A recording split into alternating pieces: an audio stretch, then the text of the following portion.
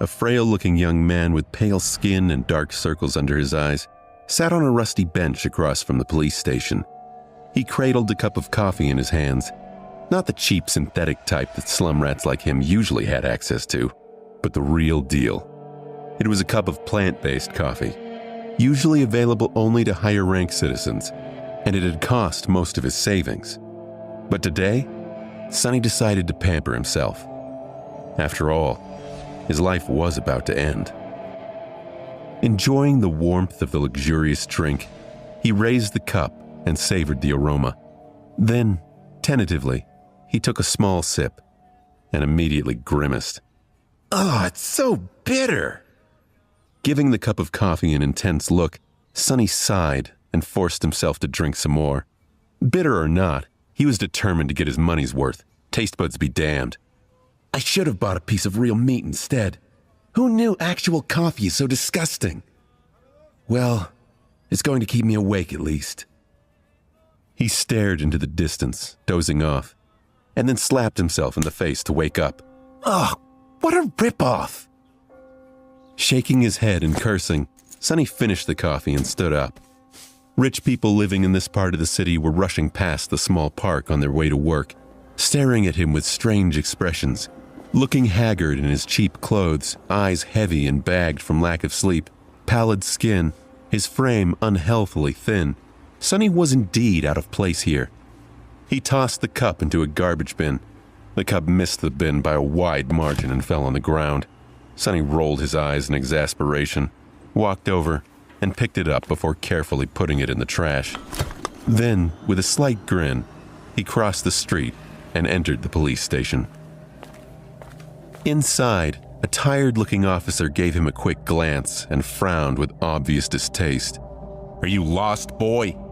Sonny looked around with curiosity, noting reinforced armor plates on the walls and poorly hidden turret nests in the ceiling. The officer, too, looked scruffy and mean. At least police stations remain the same wherever you go. "Hey, I'm talking to you." Sonny cleared his throat. No, I'm not lost at all." Then he scratched the back of his head and added, "As demanded by the third special directive, I am here to surrender myself as a carrier of the nightmare spell." The officer's expression instantly changed from irritated to wary. He looked the young man over once again, this time with piercing intensity. "Are you sure you're infected? When did you start showing symptoms?" Sonny shrugged. "A week ago?" The officer became visibly paler. "Shit." Then, with a hurried motion, he pressed a button on his terminal and bellowed, "Attention! Code black in the lobby. I repeat, code black." The nightmare spell first appeared in the world a few decades ago. Back then, the planet was just starting to recover from a series of devastating natural disasters and subsequent resource wars. At first, the emergence of a new disease that caused millions of people to complain about constant fatigue and sleepiness did not attract a lot of attention. But when they started to fall into an unnatural slumber with no sign of waking up even days later, governments finally panicked.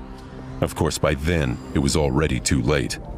Not that an early response could have made any difference. When the infected started dying in their sleep, their dead bodies turning into monsters, no one was ready. Nightmare creatures quickly overwhelmed national militaries, plunging the world into complete chaos. No one knew what the spell was, what powers it possessed, and how to fight it. In the end, it was the awakened, those who survived the first trials of the spell and came back alive, who put a stop to its rampage. Armed with miraculous abilities earned in their nightmares, they restored peace and created a semblance of a new order. Of course, it was only the first of the catastrophes brought upon by the spell, but as far as Sonny was concerned, none of it had anything to do with him. Not until a few days ago, that is, when he first started having trouble staying awake. For an average person, being chosen by the spell was as much of a risk as an opportunity. Kids learned survival skills and fighting techniques in school on the off chance of being infected. Well-to-do families hired private tutors to train their children in all sorts of martial arts. Those from the awakened clans even had access to powerful legacies, wielding inherited memories and echoes in their first visit to the dream realm. The richer your family was, the better your chances of surviving and becoming an awakened were.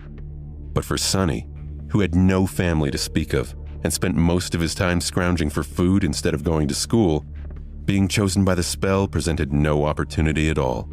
To him, it was basically a death sentence. A few minutes later, Sonny was yawning while several policemen were busy putting him in restraints. Soon he was fastened into a bulky chair that looked like a weird mix between a hospital bed and a torture device. The room they were in was situated in the basement of the police station, with thick armored walls and a formidable-looking vault door. Other officers were standing near the walls with automatic rifles in their hands and grim expressions on their faces. Sonny did not particularly care about them. The only thing he could think about was how much he wanted to sleep. Finally, the vault door opened, and a gray-haired policeman walked in. He had a seasoned face and stern eyes, looking like someone who had seen a lot of terrible things in his life. After checking the restraints, the policeman glanced quickly on his wristwatch and then turned to Sonny. "What's your name, kid?" Sonny blinked a few times, trying to concentrate, then shifted uncomfortably. "Sonny." The old policeman raised an eyebrow. "Sonny. Strange name." Sonny tried to shrug but found himself unable to move. "Some of my friends call me Sunless, since I can seem quite unhappy from time to time. And at least I have a name. Back in the outskirts, not everyone gets one." After another yawn, he added, "It's because I was born during a solar eclipse. My mom had a poetic soul, you see. That's why he got this weird-ass name. And his little sister was called Rain, back when she still lived with them at least. Whether it was the result of poetic imagination or simple laziness, he didn't know." The policeman grunted. Do you want me to contact your family?" Sonny simply shook his head. "There's no one. Don't bother." For a second, there was a dark look on the policeman's face. Then his expression turned serious. "All right, Sonny. How long can you stay awake?" Not long." The policeman sighed. "Then we don't have time for the full procedure. Try to resist for as long as you can and listen to me very carefully, okay?" Not waiting for a response, he added, "How much do you know about the nightmare spell?" Sonny gave him a questioning look. "As much as anyone, I guess. Who doesn't know about the spell?" "Not the fancy stuff you see in dramas and hear in the propaganda broadcasts. I mean, how much do you really know?" That was a hard question to answer. "Don't I just go into the dream realm, kill a few monsters to complete the first nightmare, receive magic powers, and become an awakened?" The old policeman shook his head. "Listen carefully. Once you fall asleep, you'll be transported into your first nightmare. The nightmares are sort of like trials, challenges created by the spell. Once inside, you'll meet monsters, horrible creatures who will test you, fight you, try their damnedest to break you. But you'll also meet people. They aren't worth trusting either. Your best bet is to fight for yourself. Remember, they are not real. They're just illusions conjured up to test you." "How do you know?" The policeman just stared at him. "I mean, no one understands what the spell is and how it works, right? So, how do you know that they're not real?" "You might have to kill them, kid. So, do yourself a favor and just think about them as illusions." "Oh." The old policeman waited for a second, then nodded and continued. "A lot of things about the first nightmare depend on luck. Generally, it shouldn't be overwhelmingly hard. The situation you're in, the tools you have at your disposal, and the creatures you have to defeat should be within the range of your abilities at least. After all, the spell sets up trials, not executions. You're a bit disadvantaged due to, your circumstances. But kids from the outskirts are tough. Don't give up on yourself." Uh-huh. Sonny was getting more and more sleepy. It was becoming hard to follow the conversation. "About those magic powers you mentioned, You will indeed receive them if you survive until the end of the nightmare. What those powers will be exactly depends on your natural affinity as well as what you do during the trial. But some of it will be at your disposal right from the start. The voice of the old policeman sounded more and more distant. Sonny's eyelids were so heavy that he was struggling to keep his eyes open. Remember, the first thing you must do once inside the nightmare is to check your attributes and your aspect.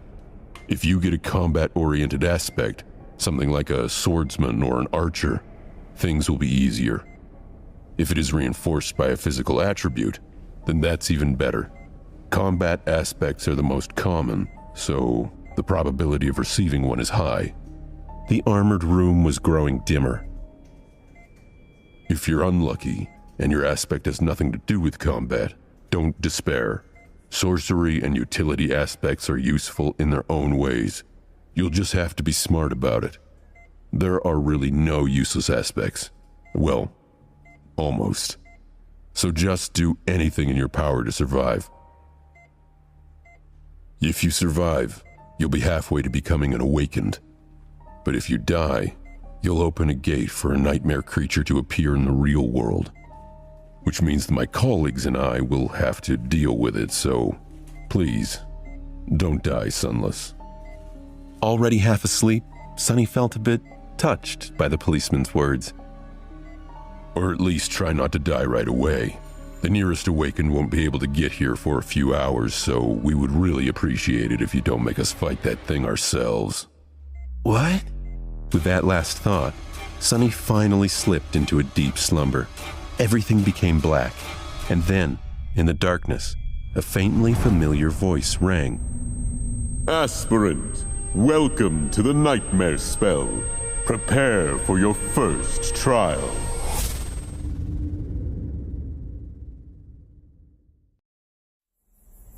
Sonny dreamt of a mountain, jagged and lonesome. It dwarfed other peaks of the mountain chain, cutting the night sky with its sharp edges. A radiant moon bathed its slopes in the ghostly pale light. On one of the slopes, the remnants of an old road stubbornly clung to the rocks. Here and there, paved stones could be seen through the snow.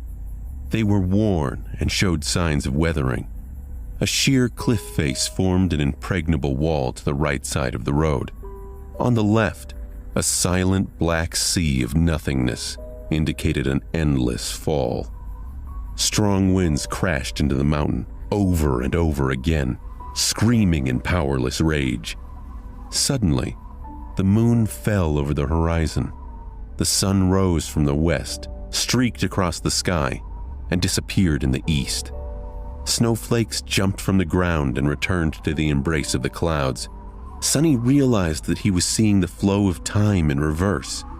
In an instant, hundreds of years flew by. The snow retreated, bearing the old road. Cold shivers ran down Sonny's back as he noticed human bones littering the ground. A moment later, the bones were gone, and in their place, a slave caravan appeared, moving backward down the mountain. The clamoring of chains echoed hauntingly through the peak. Time slowed, stopped, and then resumed its usual pace.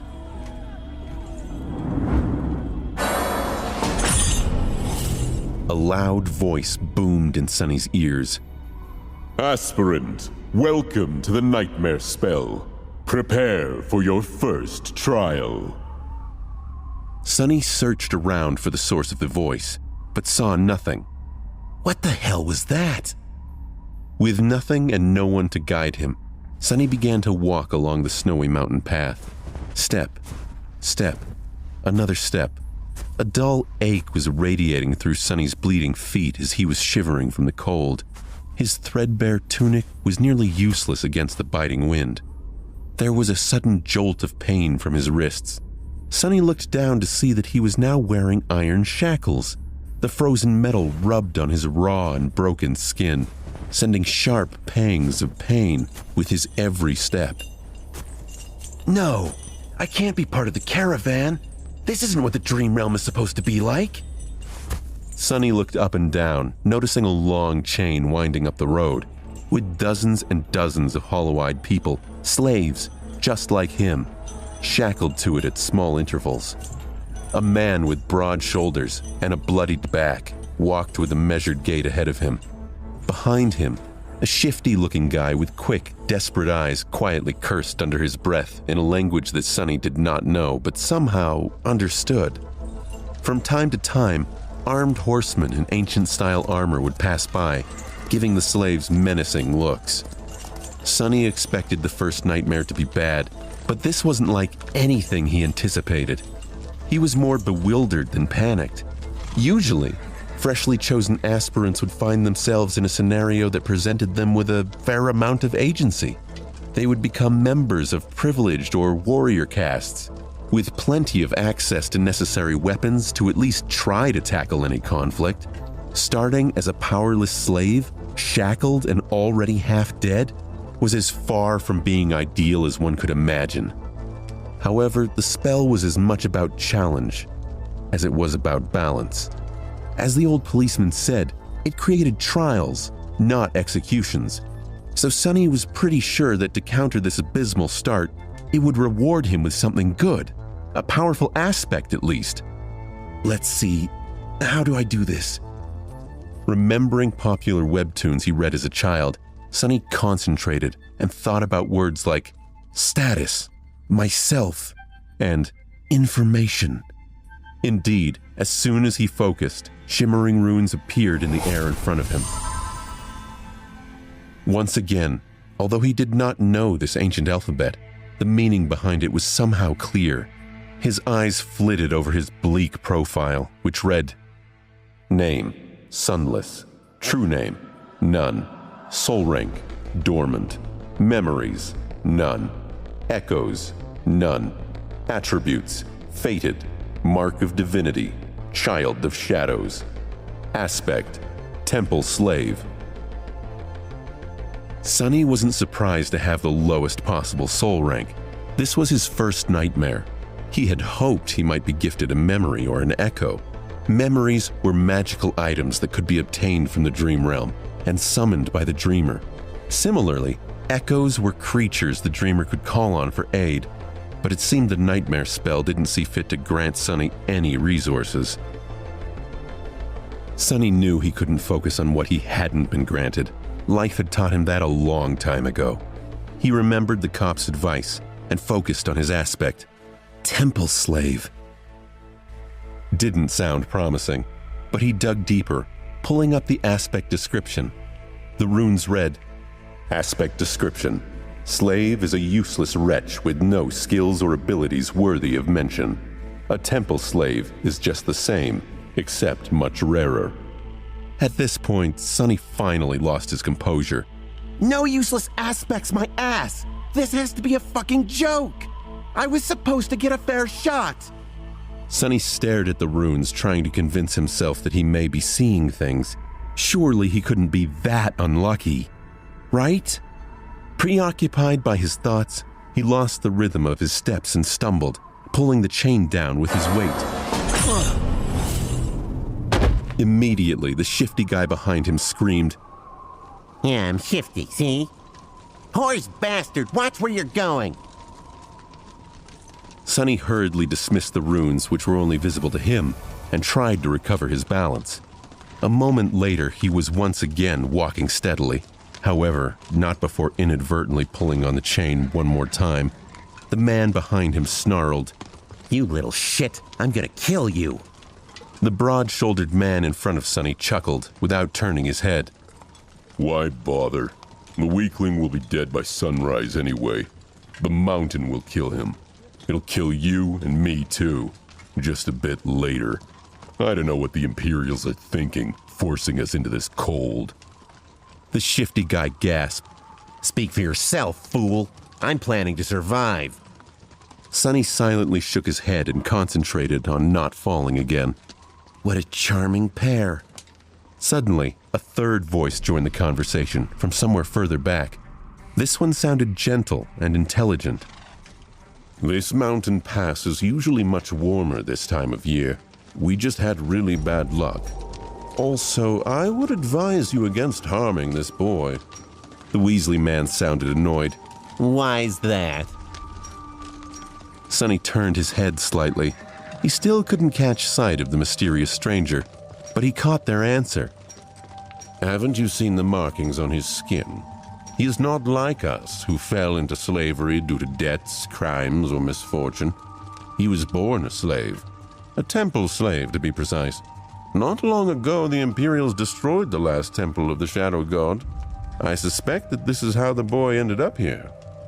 The broad-shouldered man cast a look back. So what? Why should we be afraid of a half-forgotten weakling god? He couldn't even save his temples.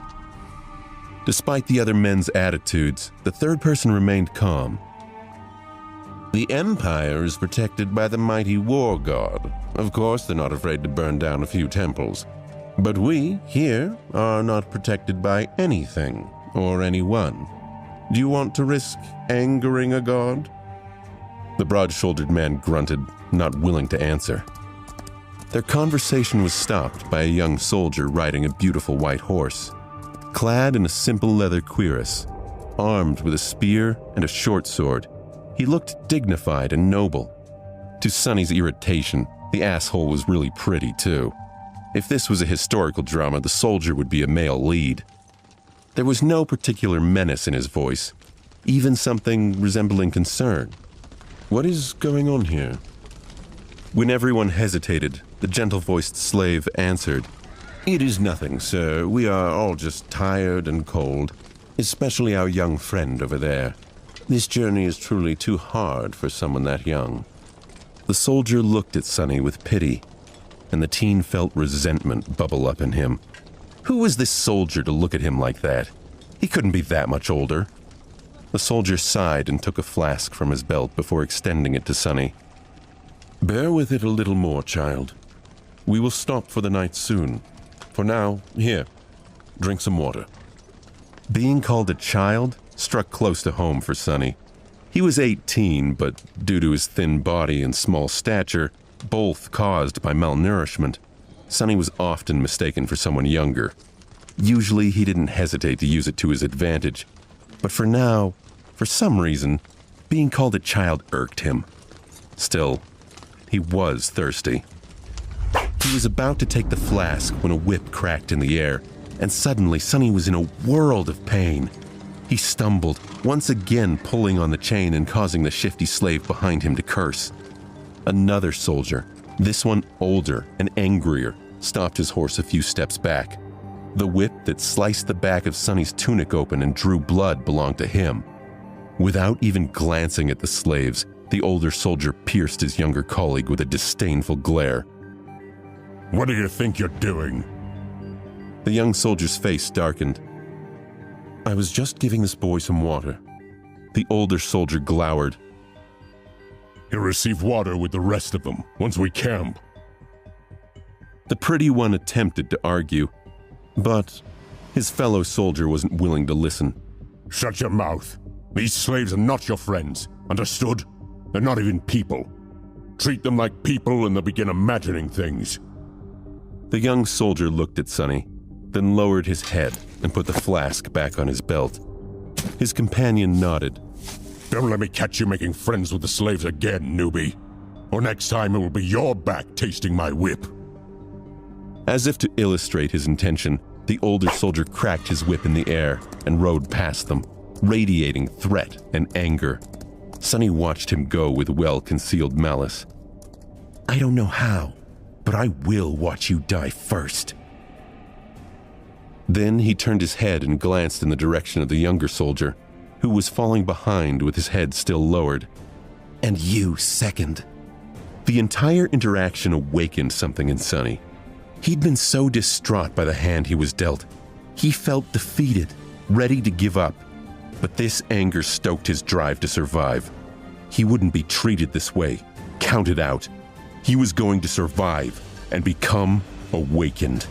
He was going to turn his curse into a blessing and for once in his goddamn life, have power. Sonny smirked as the pieces of a plan began to form in his mind.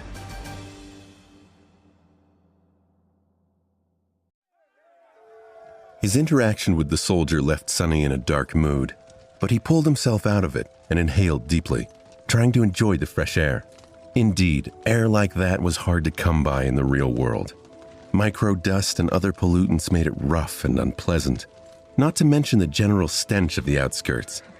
In the better parts of the city, sophisticated filtration systems worked diligently. However, filtered air tasted sterile and stagnant. Only the very rich had access to truly pleasant breathing.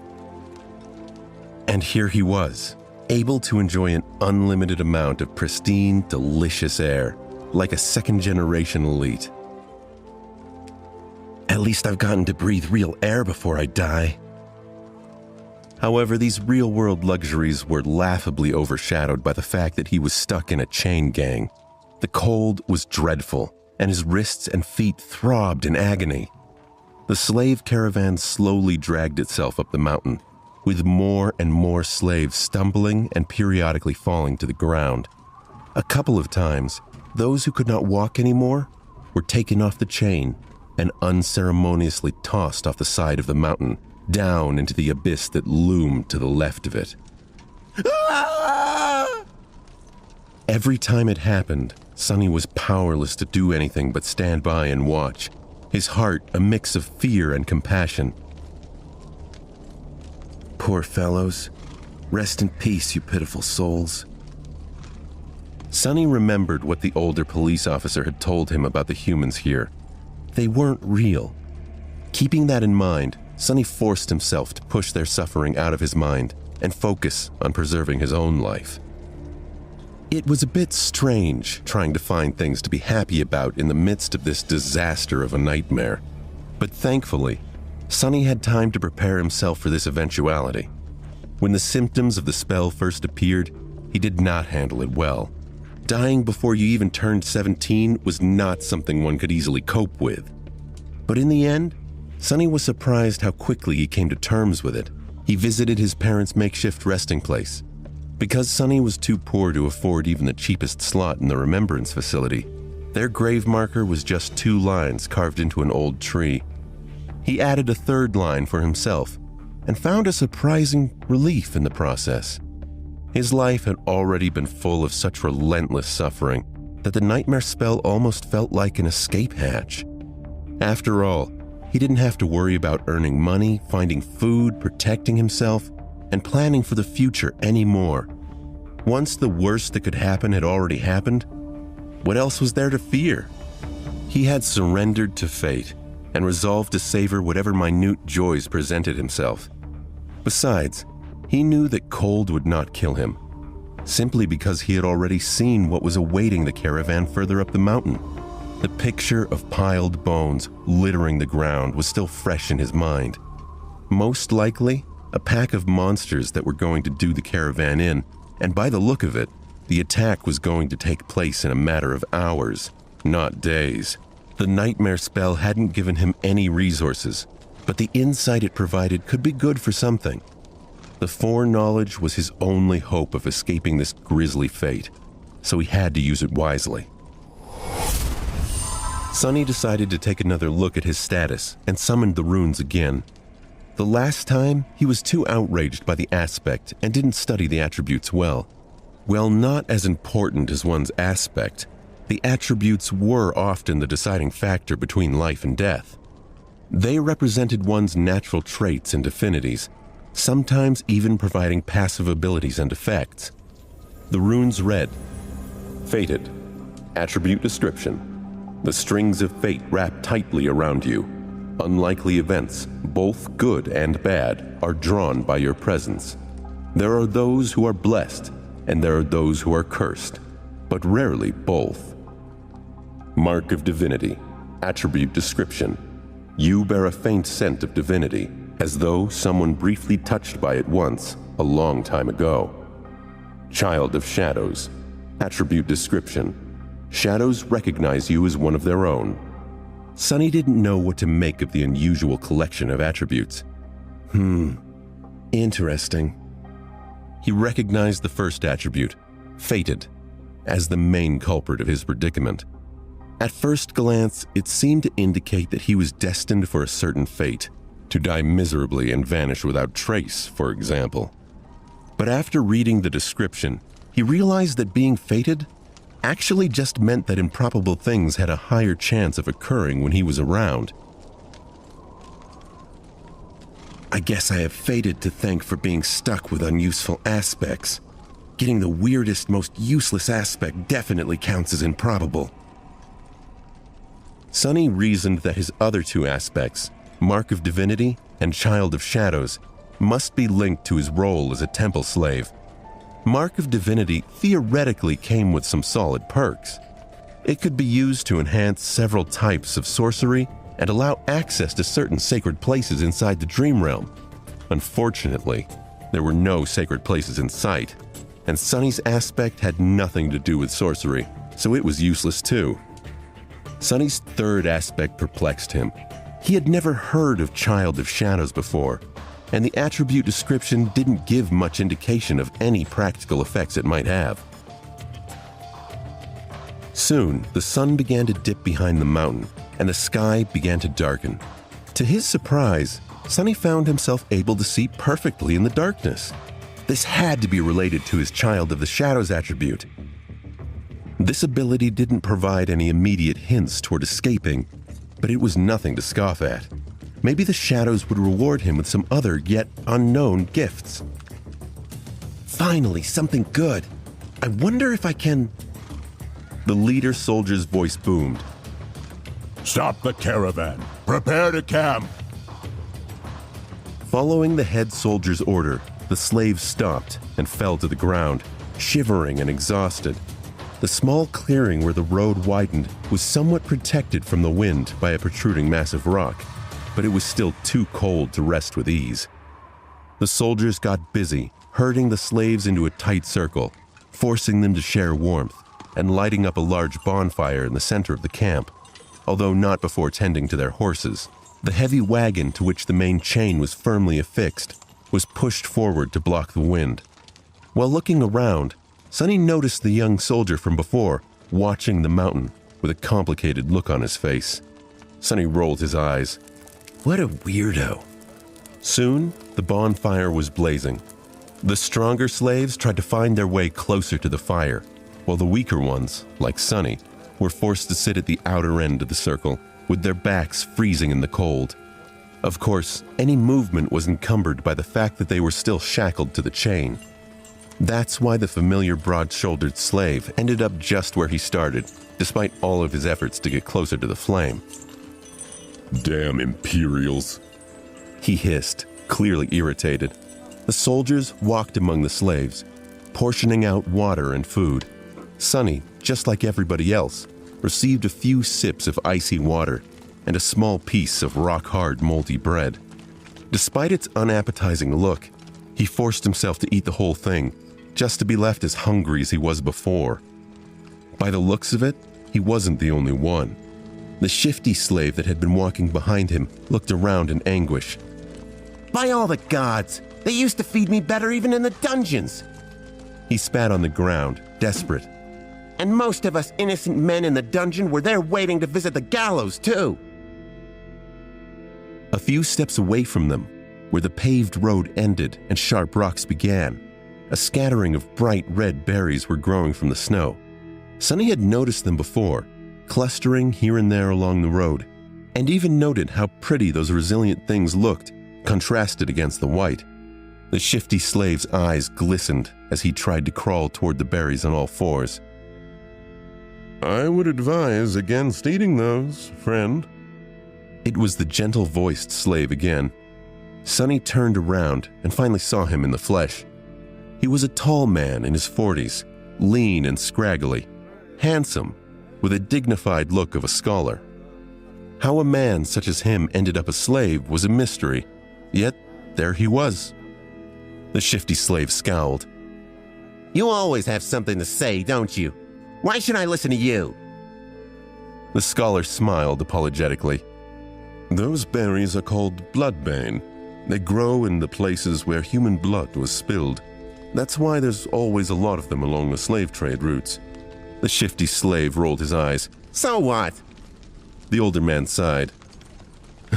Bloodbane is poisonous. A few berries might be enough to kill an adult man. The shifty slave flinched back and glared at the scholar. Curses! The slave's dispute was lost on Sonny, who had an uneasy feeling in his stomach. As he looked around the camp, he recognized the markings on the mountain walls. This is where he had seen the visions of slaughtered corpses when he first started the nightmare. His stomach turned. As he closed his eyes, he could still see the mounds of cracked and shattered bones peeking out through the snow. He felt a chill run through his bones. This was where they were going to die. Sonny spun around in a panic, anxious to see if he could see some sort of nightmare creature waiting to devour them all. His chains rattled and pulled taut. He realized even if he saw the monster coming, he would be powerless to fight or flee. He was a sitting duck. As if on cue, there was a thunderous roar from above them in the mountains. The soldiers and other slaves stirred, realizing for the first time they were in grave danger. But it was too late. A massive dark form came crashing from the sky. Sonny yanked at his chains, trying to weasel away, but the being was falling at them way too fast.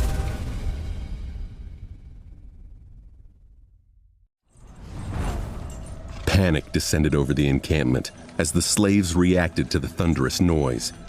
As they turned to face it, they watched waves of boulders and heavy shards of ice raining down upon them. Fight or flight responses kicked in, and they lurched away, only to find they were anchored in place by their chains. Screams of terror rose as slaves entangled by the thick chains crashed into each other and fell to the ground. Shadows happily danced on black stones, and Sonny was one of the few slaves to remain upright. Unlike the rest of the poor slaves, he'd been able to prepare.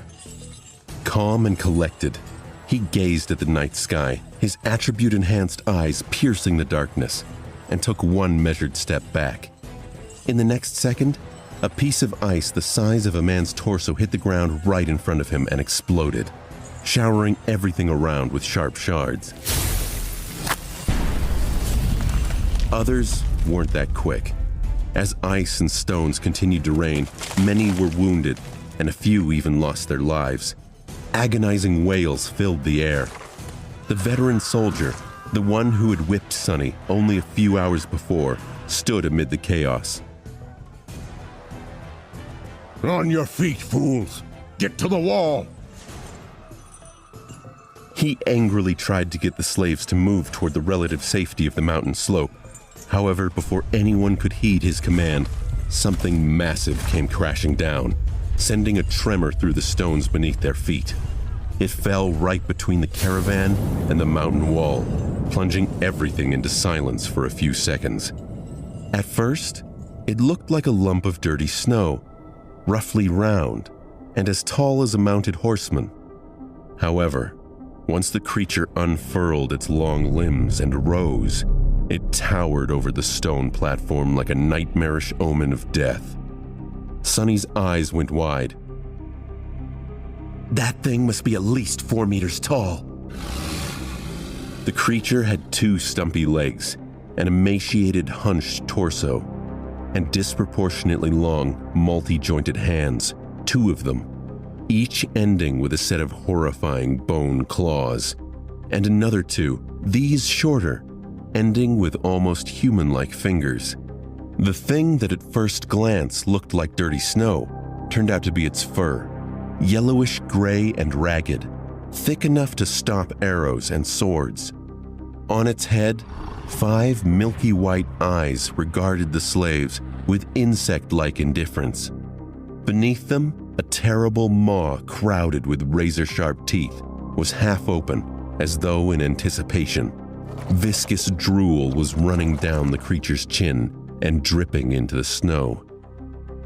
What unnerved Sonny the most, though, were the strange shapes endlessly moving, worm-like, under the creature's skin. He could see them clearly because, unfortunately, he was one of those unlucky souls closest to the monstrosity, getting a nauseating first-row view. "What the hell is that?" he thought, stupefied. As soon as Sonny finished that thought, all hell broke loose. The creature moved, slashing its claws in his general direction. But Sonny was one step ahead.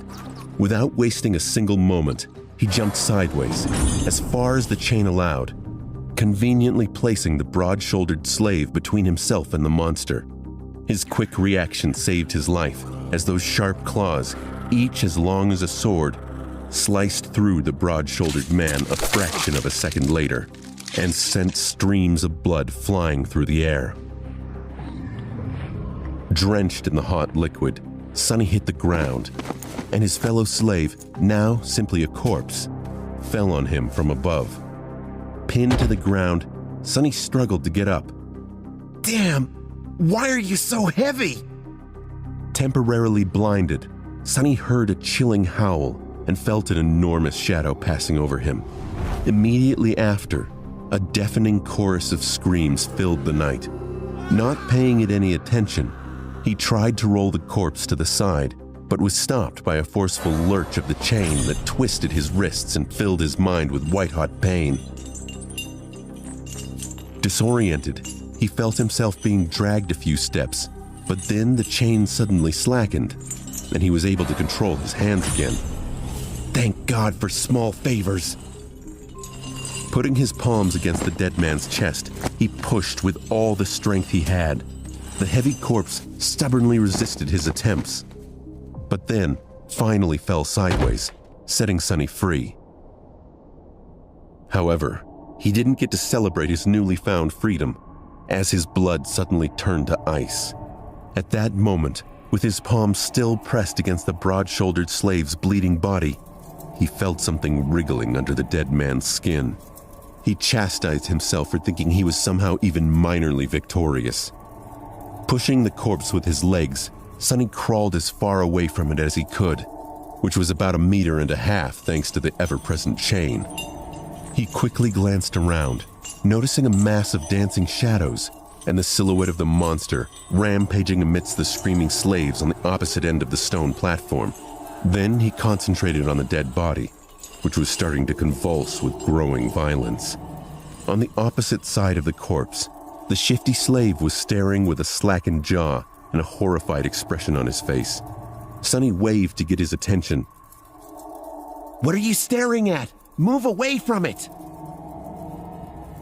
The shifty slave tried, but immediately fell. The chain was twisted between the three of them, pinned down by the broad-shouldered man's weight. Sonny clenched his teeth.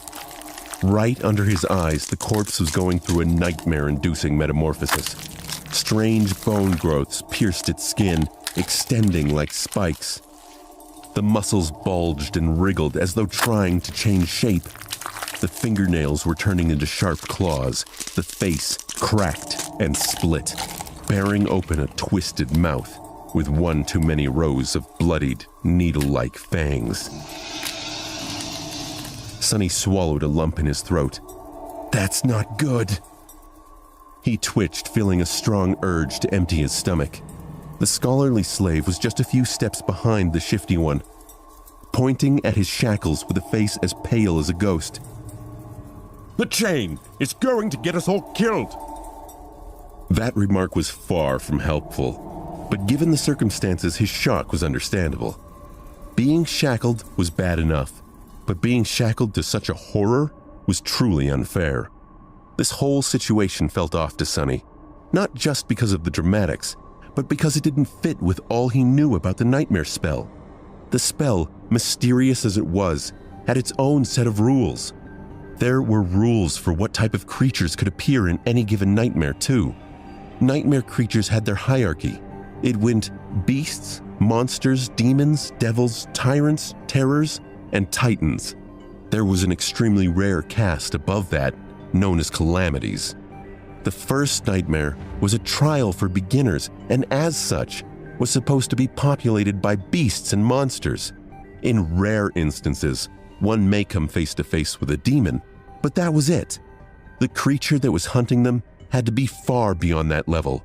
Nightmare creatures' powers increased with their level, and the skill this animal had just shown, the ability to create a lesser version of itself, was something that was only seen in tyrants and above.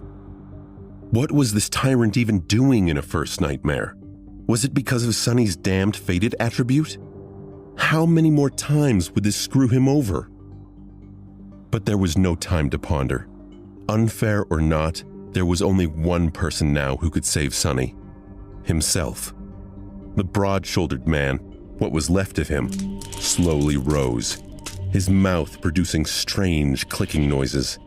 Without giving him time to fully come to his senses, Sonny cursed and jumped forward, grabbing onto the length of the slackened chain.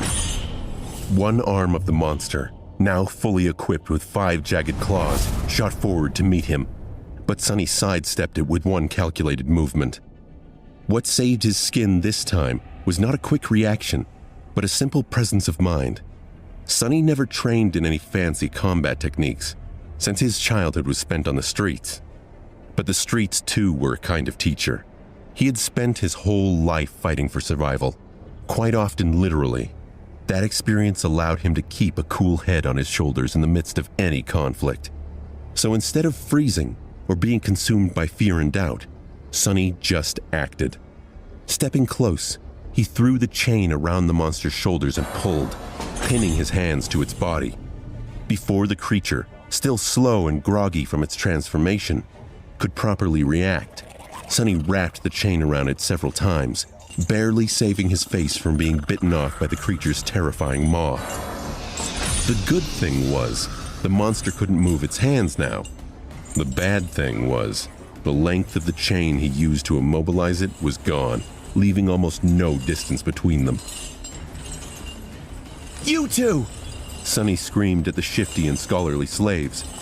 Pull on that chain as though your lives depend on it! The shifty slave and the scholar gaped at him, and then, understanding what he was thinking, started to move.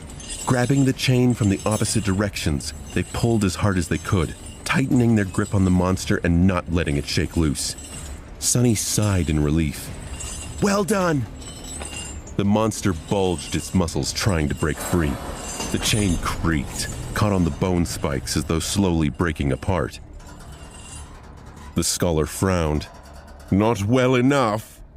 Without wasting any more time, Sonny threw his hands in the air and caught the creature's neck with the short, thinner chain connecting his shackles.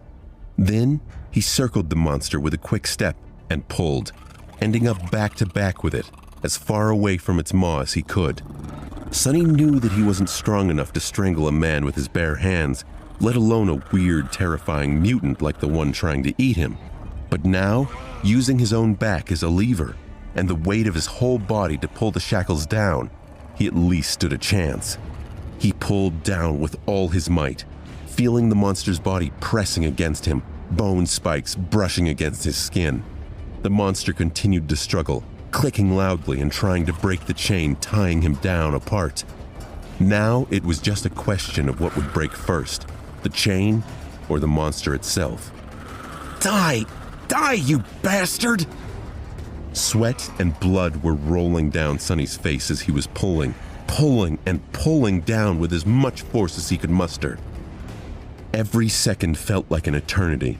His strength and stamina, what little he had to begin with, were quickly running out. His wounded back, wrists, and muscles, pierced by the bone spikes, were in agony. And then, finally, Sonny felt the monster's body go limp. A moment later, a faintly familiar voice rang in the air. It was the most beautiful sound he had ever heard. You have slain a dormant beast, Mountain King's larva. Sonny released the dead beast and sank back to catch his breath. He'd done it. He'd fucking killed that creature's spawn. Shifty sneered at Sonny. Don't just lay there, you idiot! The big one is still out there! Another thunderous roar echoed in the canyon, and Sonny forced himself to his feet. There was still plenty of battle to be fought, and that monster wasn't going to care that Sonny wasn't up to it. It took all his strength to dispatch with the larva. How was he going to stand a chance against the big one? You have slain a dormant beast, the Mountain King's larva. Sonny fell breathlessly to his knees. His whole body felt as though it just went through a meat grinder. Even large amounts of adrenaline could not wash away all the pain and exhaustion. And yet, he was exhilarated. The satisfaction of killing the larva was so vast that he even forgot to be disappointed about not receiving a memory, the special item tied to a Dream Realm inhabitant's essence, which was sometimes awarded by the spell to the triumphant awakened. A magic sword or a suit of armor would have come in handy right about now. He would even settle for a warm coat. 3 seconds. You can rest for 3 more seconds, Sonny thought. The nightmare was far from over. A few moments later, he forced himself to come back to his senses and looked around, trying to assess his situation. The larva was dead, which was great. However, he was still tied to it by the damn chain. The shifty slave and the scholar, both pale as death, were busy untangling it to buy the 3 of them at least some freedom of movement. Further away, torn bodies and pieces of flesh were lying on the ground. Many slaves were killed. The lucky few who had somehow managed to escape were now running away. Fools. They're dooming themselves. The chain jerked towards where they ran, but then suddenly went slack. A burst of hope filled Sonny's chest, but it was quickly dashed when he realized he was still attached to the scholar and the shifty slave. At some point, the chain must have broken in 2. If their shackles had a less sophisticated locking mechanism, he would have tried to pick the lock and free himself. Unfortunately, each pair was fixed to a specific link. Without unlocking them, no one was going anywhere. The tyrant, Mountain King, was hidden from sight by the bright glow of the bonfire. Sonny could feel his movements, however, due to the subtle tremors spreading through the stones. Screams of the slaves who were yet to perish filled the night. The soldiers, who were still alive, bellowed out, desperately trying to fight off the monstrosity. What pulled Sonny's attention the most, however, was the fact that several of the maimed bodies were starting to move. More larvae? His eyes widened. One after another, 4 more corpses slowly rose to their feet. Each beast looked as disgusting as the first had, and not a bit less deadly. The nearest was mere feet away from Sonny. Damn it all! He thought. Then, weakly, I want to wake up. A strange clicking filled the air. One of the beasts turned its head towards Sonny's group of slaves and gnashed its fangs. The shifty slave fell on his ass, whispering a prayer, while the scholar just froze in place. Sonny's eyes darted to the ground, trying to find something to use as a weapon, but there was nothing there. But he wasn't about to give up. Full of vitriol, he simply wrapped a length of chain around his knuckles and raised his fists. Come at me, you bastard! The larva dashed forward with incredible speed, in a flurry of claws, fangs, and terror. Sonny had less than a second to react. Before he could do anything, a nimble figure moved past him, and a sharp sword flashed in the air. The monster, beheaded with one strike, fell gracelessly to the ground. Sonny blinked. What was that? Dumbfounded, he slowly turned his head and looked to his left. Standing there, with a valorous expression, was the handsome young soldier who had offered him water. He looked calm and collected, if a little grim. There was not a speck of dirt or blood on his leather armor. That was incredible, Sonny thought before catching himself. I mean, that was all right, I guess. With a short nod, the soldier moved forward to face the remaining 3 larvae. But after taking a few steps, he suddenly turned around and gave Sonny a long look. Then, with one swift motion, the young warrior took something from his belt and threw it to Sonny. Save yourself. With that, he was gone to fight the monsters. Sonny reflexively caught the item and watched the soldier go. Then he lowered his gaze and studied the thing clutched tightly in his hand. It was a short and narrow iron rod with a straight bend on its end. Is it a key? His heart began to beat faster. It's the key to the shackles. It has to be. With one last glance at the fierce battle starting between the young soldier and the larvae, Sonny dropped to one knee and began twisting his shackles, maneuvering them into a position he could work with. It took him a few tries to understand how the unfamiliar lock worked, but then, finally, there was a satisfying click, and he was suddenly free. The cold wind caressed his bloodied wrists. Sonny rubbed them and smiled with a dark gleam in his eyes. For a moment, visions of violence and revenge filled his head. Boy, over here! The shifty slave was waving his hands in the air, trying to get his attention. Sonny briefly considered leaving him to die, but then decided against it. There was strength in numbers. He hurried over to the other two slaves and quickly unlocked their shackles. As soon as the shifty slave was free, he pushed Sonny away and did a little dance, laughing like a maniac. Ha! Free at last! Gods must be smiling upon us. The scholar was more reserved. He squeezed Sonny's shoulder in gratitude and smiled weakly, casting a tense look in the direction of the ensuing fight. 2 of the 3 larvae were already dead. The third one was missing an arm, but still trying to tear its opponent apart. The young soldier danced around it, moving with the grace of a natural-born warrior. What are you waiting for? Run! The shifty slave made a move to run away, but was stopped by the scholar. Benny, my friend, I would... If you say advise again, Fraser, I swear to the gods I will bash your head open. The 2 slaves looked at each other with open animosity. A moment later, Fraser lowered his eyes and sighed. If we run away now, we will surely die. Why? The older slave simply pointed at the tall bonfire. Because without that fire, we will freeze to death before the night is over. Until the sun rises, running away is suicide.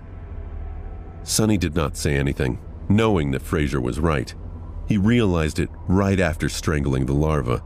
No matter how terrible Mountain King was, the bonfire was still their only lifeline in this frozen hell. It was as what the broad-shouldered slave, may he rest in peace, had said. There was no need for anyone to kill them.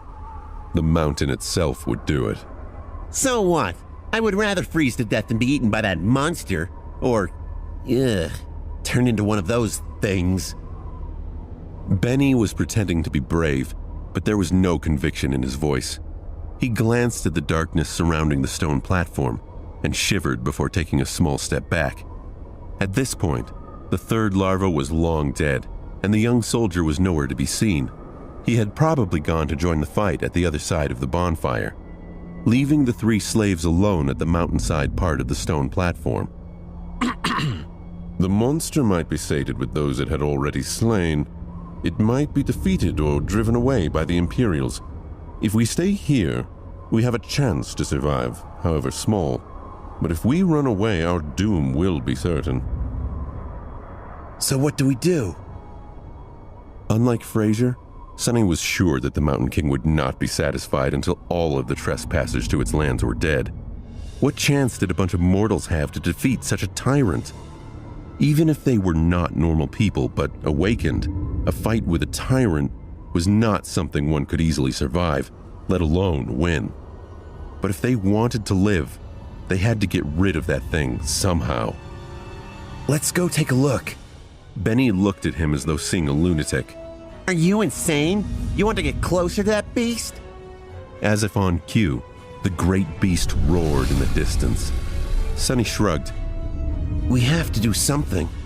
I'd rather die fighting. Come on. Sonny turned and strode off toward the rampaging monster.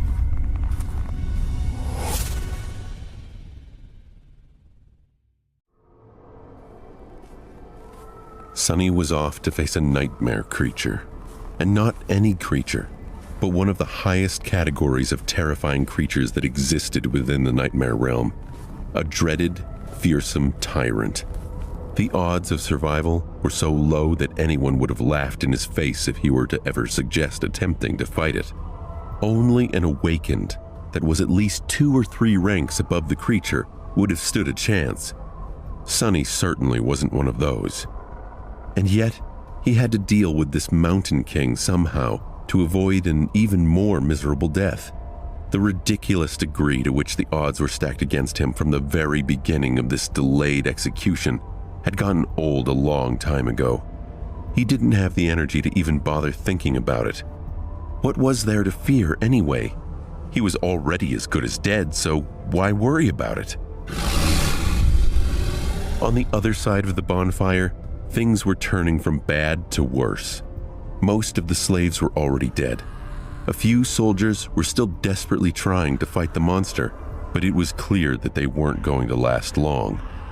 Right in front of Sonny's eyes, the tyrant picked up a dead slave, dragging the chain up with him, and opened its terrifying maw wide. With one crushing bite, the slave's body was torn in half, leaving only bloodied stumps inside the shackles.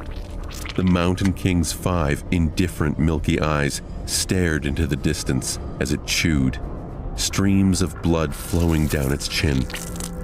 Seeing that the creature's upper arms were busy, one of the soldiers screamed and lunged forward, brandishing his long spear. Without turning its head, the tyrant extended one of its shorter lower arms, catching the soldier's head in an iron grip. It squeezed, crushing the poor man's skull like a grape. A moment later, the headless body was tossed over the cliff, disappearing into the abyss below. Benny doubled over, vomiting violently into the snow. Then he shakily rose to his feet and glared at Sonny. Well, we've had a look. Now what?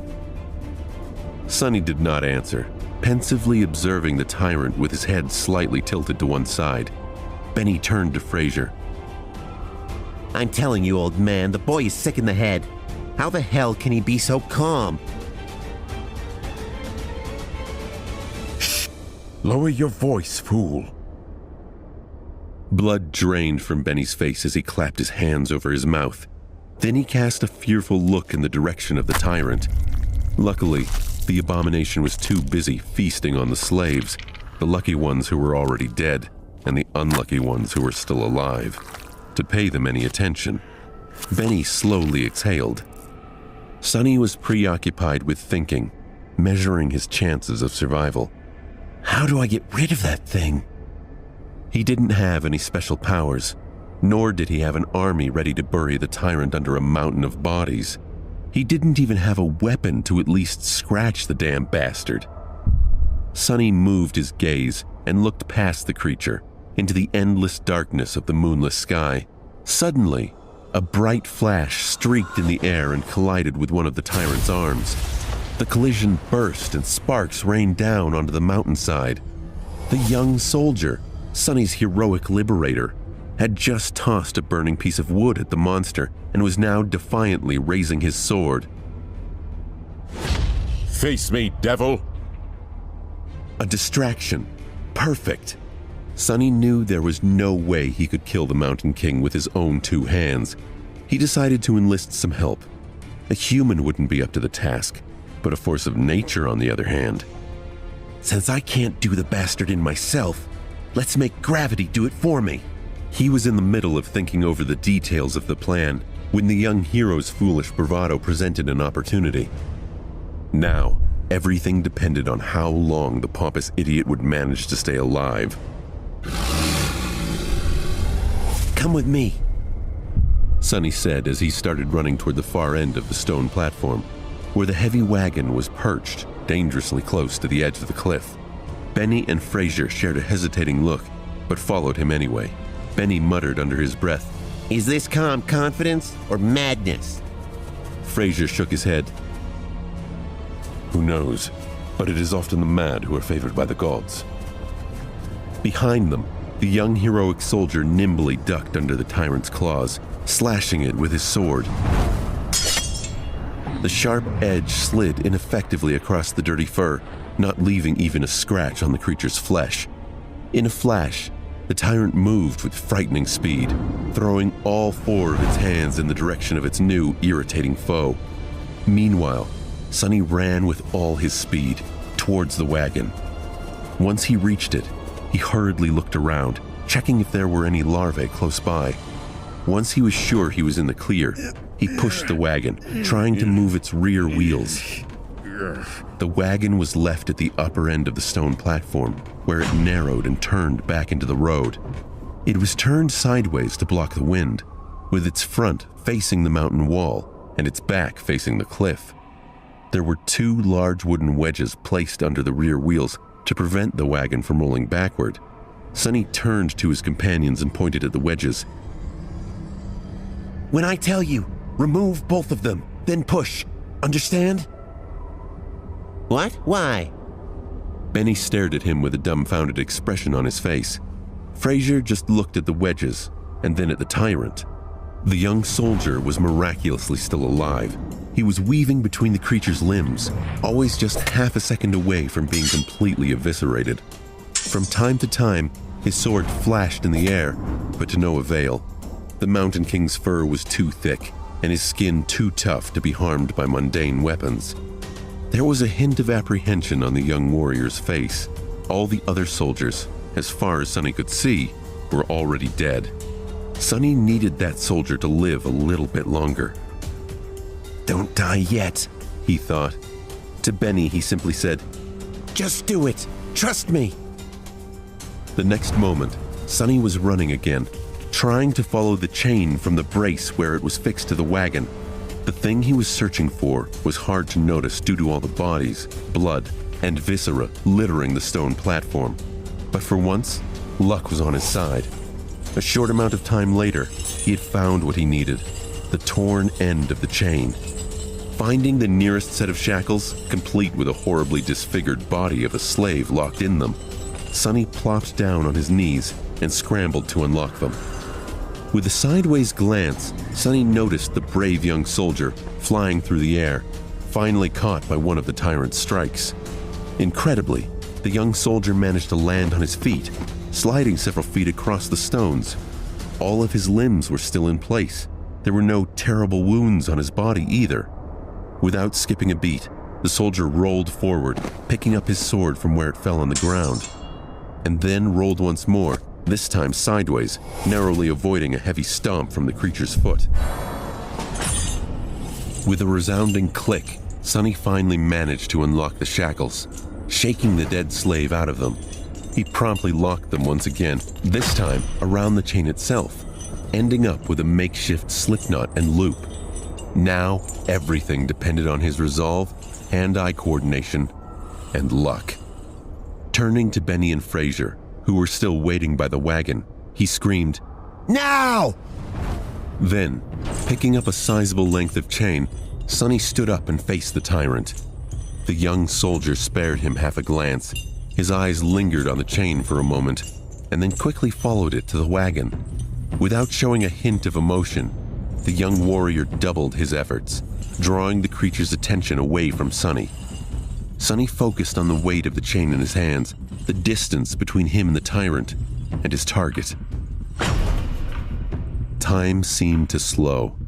Please, don't miss. Gathering all of his strength, Sonny spun and threw the chain in the air.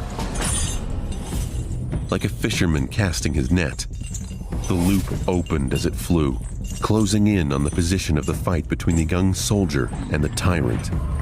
Sonny just needed the loop to land on the ground, close enough to them that once one of the tyrant's feet landed in the trap, he could pull on the chain and tighten it around the monster's ankle. In the last moment, the Mountain King suddenly flinched back, and instead of falling on the ground, the chain loop landed perfectly around its neck. A second later, it tightened, acting as an iron noose. Sonny froze for a moment. He couldn't believe his eyes. He clenched his jaw and balled his fists at his side. He held himself back from triumphantly shaking them in the air.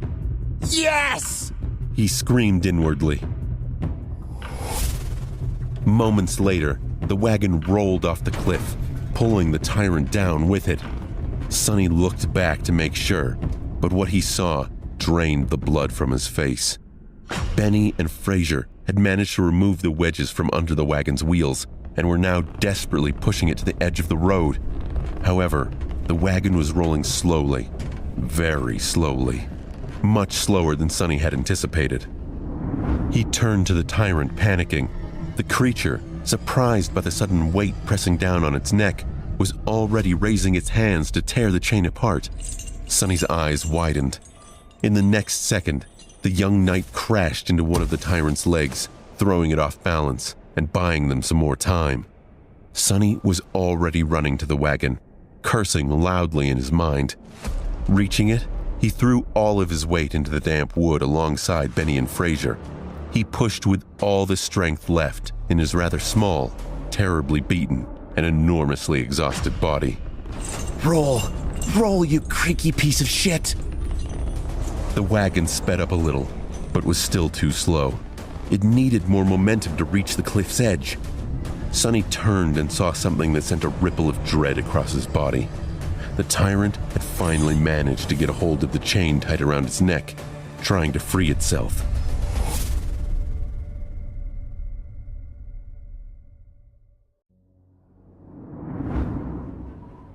Roll, you creaky piece of shit! Sonny pressed himself against the wagon, pushing with all he had. The 4 powerful oxen that used to pull it were now dead, and instead of them, 3 tired slaves were trying to do the job. Even with the slope of the road helping them, the speed of the wagon was agonizingly slow. The tyrant, unfortunately, was moving much faster. Pushing the young soldier back with a deadly swipe of its lower arms, the Mountain King raised its lower arms to its neck, trying to grab hold of the chained noose around its neck. The Mountain King's fearsome physique seemed to be turning into a disadvantage. Its long, terrifying bone claws were perfect for tearing flesh apart, but they weren't the best tool for precise movements. It took the tyrant some time to finally get a hold of the chain without slicing its neck open.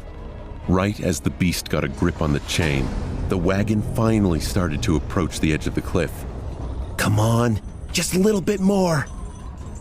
The wagon's rear wheels finally slid from the road, hanging over the dark, seemingly bottomless pit beneath. The creature felt a tug on the chain and turned, staring expressionlessly at the 3 slaves with its 5 milky, dead eyes. The wagon tipped, half of the wood disappearing towards the abyss below.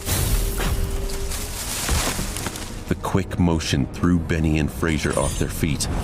Then, the wagon froze, balanced precariously on its middle axis. Sonny was the only one left standing. He cast a last glance at the towering monster and then slammed his shoulder into the front of the wagon. The wagon finally lost its balance and rolled over the edge, scraping its undersides deafeningly against the jagged rocks. Sonny fell forward, landing on his knees, narrowly saving himself from tumbling down the cliff with it. Turning his head to the tyrant, he gave it a wicked smile. The Mountain King made a move to lunge at the scrawny slave, but it was already too late. A moment later, the chain on his neck drew tight, and he was yanked back with tremendous force, flying over the edge of the cliff like a rag doll. The creature fell into the darkness silently, as though refusing to believe that it had been defeated by a tiny human. Die, you giant bastard, Sonny thought. Then he took one deep, ragged breath and dropped to the ground, utterly exhausted. Is this it? Did I pass the trial? He rested on the cold stones, staring at the night sky, and waited for that faintly familiar but elusive voice to announce his victory. But instead, wave after wave of pain that he had earlier chosen to ignore finally started to catch up with his abused body. Oh. His whole body ached, his joints flared with pain, the skin on his back slashed by a slaver's whip and pierced by the bone spikes of a newborn larva, burned in agony. He started to shiver, once again consumed by the dreadful cold. I guess not. His thoughts were slow and muddy. What else am I supposed to do? A dark figure appeared above him. It was the young soldier. He looked as calm and handsome as ever. Dirt and scratches decorated his armor from his valiant battle, but otherwise, the young soldier appeared to be fine. He extended one arm to Sonny. You can't rest here. You'll freeze to death. Sonny sighed, accepting that his first nightmare was not over. Then he clenched his teeth and slowly rose to his feet, ignoring the soldier's helping hand. Around them, there was a sense of utter carnage.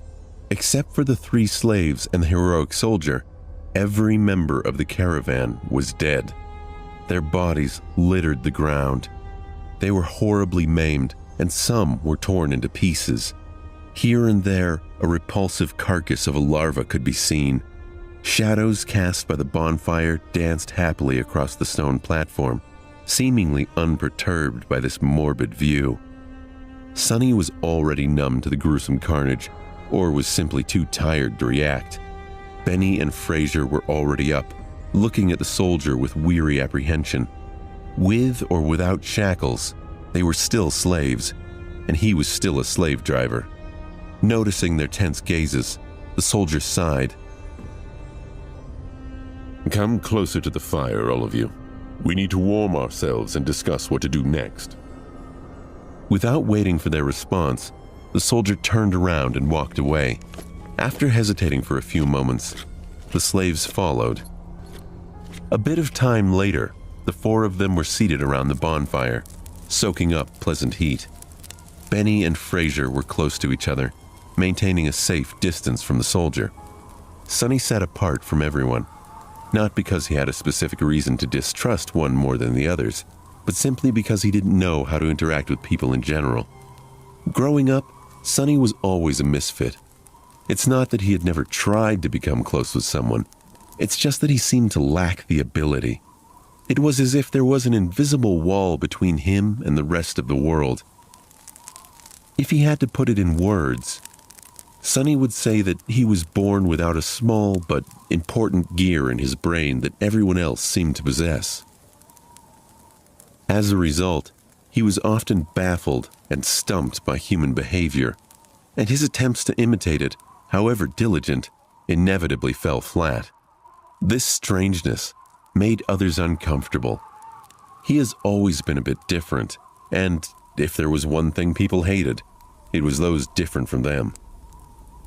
Over time, Sonny simply learned to avoid getting too close to anyone and settled comfortably into his outcast role. This habit served him well, since it not only made him self-reliant, but also saved him from being stabbed in the back by shady characters on multiple occasions. That's why he was not thrilled to share the rest of this nightmare with 3 strangers. Instead of trying to start a conversation, Sonny sat quietly by himself, lost in thoughts. After a few minutes, the soldier's voice finally broke the silence. My name's Gregor. Sonny looked up and across the fire at him. Benny scoffed. Oh, so we're on a first-name basis now. Or were you planning to still just refer to us as slaves? Gregor ignored Benny's words. Once the sun rises, we will gather whatever food and water we can find and go back down the mountain. Benny gave him a defiant look. Why should we go back? To be put in chains again? The young soldier sighed. We can go our separate ways once we leave the mountain. But until then, I'm still responsible for your lives. We can't continue up the road since the way over the mountain pass is long and arduous. Without the supplies that were stored on the wagon, your chances of making it are not high. That's why going back is our best hope. Fraser opened his mouth, planning to say something, but then thought better of it and remained silent. Benny cursed, but was seemingly convinced by Gregor's irrational words. We can't go down. Benny barked a laugh and glanced at the soldier. Don't listen to him, your lordship. This boy is, touched by the gods. He's crazy, is what I'm trying to say. Gregor frowned, looking at the slaves. The two of you are only alive thanks to this child's bravery. Aren't you ashamed to badmouth him so? Benny shrugged, showing that he wasn't ashamed in the least. The young soldier shook his head. I, for one, would like to hear his reasoning. Tell me, why can't we go down? Sonny shifted, uncomfortable in the center of everyone's attention. Because the monster isn't dead.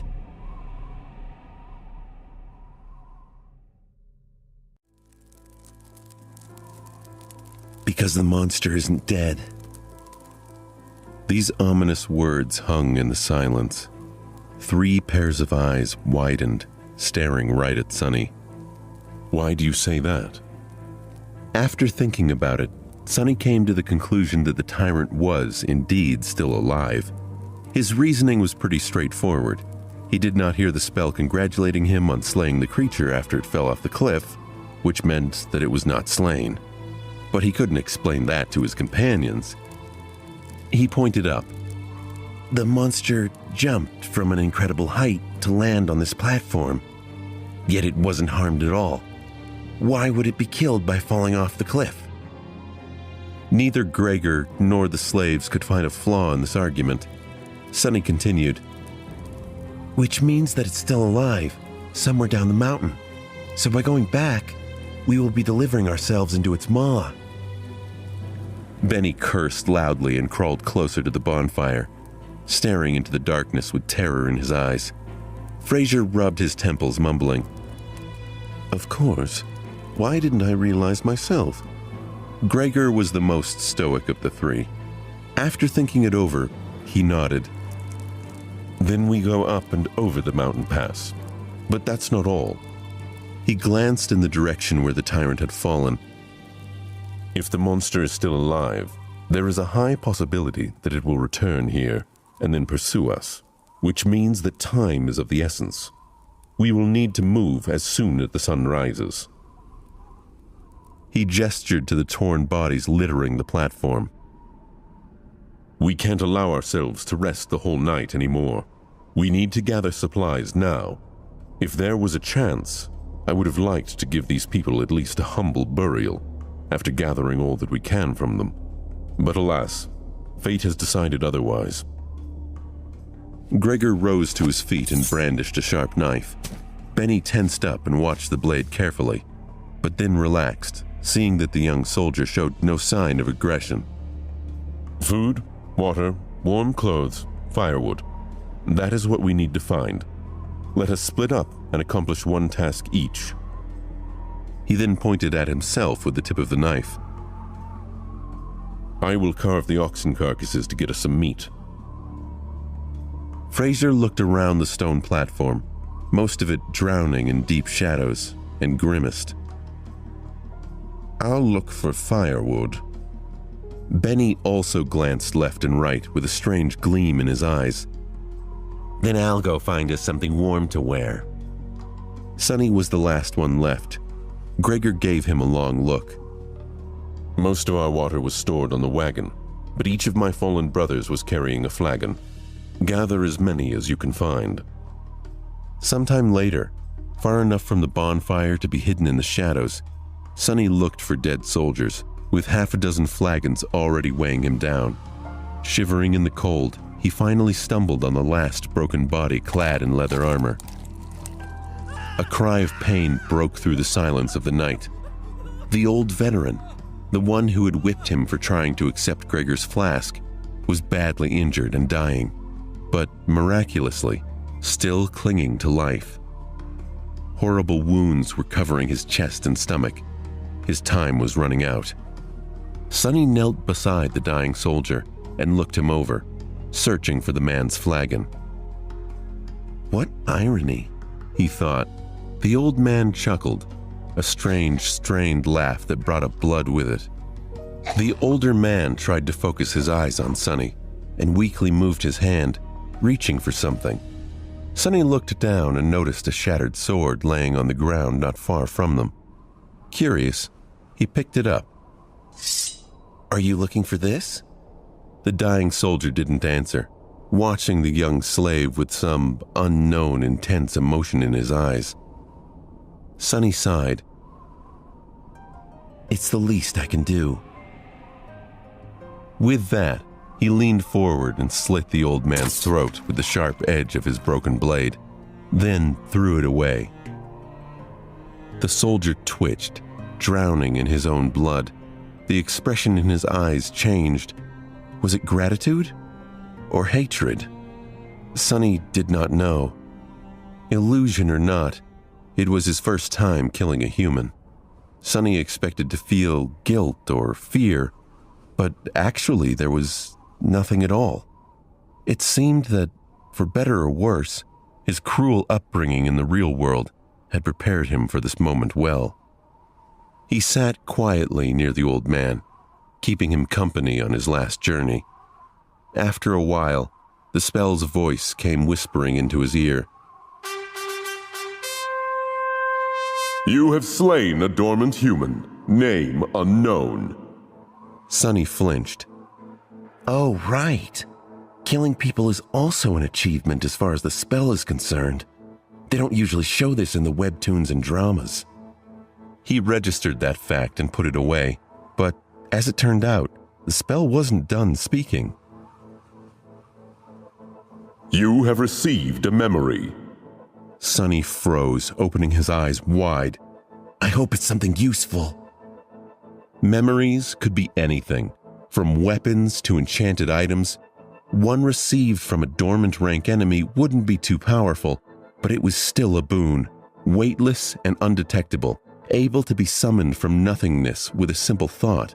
A memory was incredibly useful.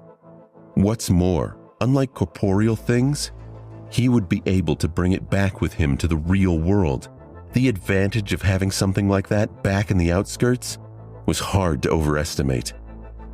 A weapon, a sword, anything. Memory received. Silver Bell. Sonny sighed, disappointed. "Well, with my luck, what was I expecting?" Still, this thing was worth investigating. Maybe it had a powerful enchantment like being able to send out destructive sonic waves or repel incoming projectiles. Sonny summoned the runes and concentrated on the words, Silver Bell. Immediately, an image of a small bell appeared in front of his eyes, with a short string of text below. Silver Bell, a small memento of a long-lost home, which once brought its owner comfort and joy. Its clear ringing can be heard from miles away. Shit, Sonny thought, dejected. His first memory turned out to be pretty much useless, like everything else he possessed. He was almost starting to see a theme in how the spell was treating him. Sonny dismissed the runes and then got busy removing the dead man's fur cloak and warm, sturdy leather boots. As an officer, the quality of these clothes was a notch above those of simple soldiers. After putting them on, Sonny finally felt warm for the first time since the nightmare began, not considering the short time he had spent near the bonfire. At least I won't die from exposure now, he thought. The cloak was a bit bloodied, but then again, so was Sonny. He looked around, easily piercing the veil of darkness with his tenebrious eyes. Gregor and Fraser were still in the middle of their tasks. Benny was supposed to be looking for winter clothes, but was greedily pulling rings off the dead men's fingers instead. Unseen to them, Sonny hesitated, considering if he had really thought things through well enough. His companions were unreliable. The future was too uncertain. Even the requirements of passing the nightmare remained a mystery. Any decision he could make would have been a gamble at best. Still, he had to make some if he wanted to survive. Not wasting any more time thinking, Sonny returned to help the team scavenge with a deep sigh. They spent the rest of the night sitting with their backs against the bonfire, staring fearfully into the night. Despite the exhaustion, no one could sleep. The possibility of the tyrant coming back to finish the 4 survivors off was too frightening. Only Gregor seemed to be fine, calmly sharpening his sword in the bright light of the dancing flames. The sound of the wet stone scraping against the blade was somehow comforting. At the break of dawn, when the sun had lazily begun to warm up the air, they loaded themselves with all the supplies they'd managed to gather and set out into the cold. Sonny looked back, taking in the sight of the stone platform for the last time. He managed to get past the place where the slave caravan was supposed to perish. What other horrors were in store for him before he could finally wake up? If he ever would wake up.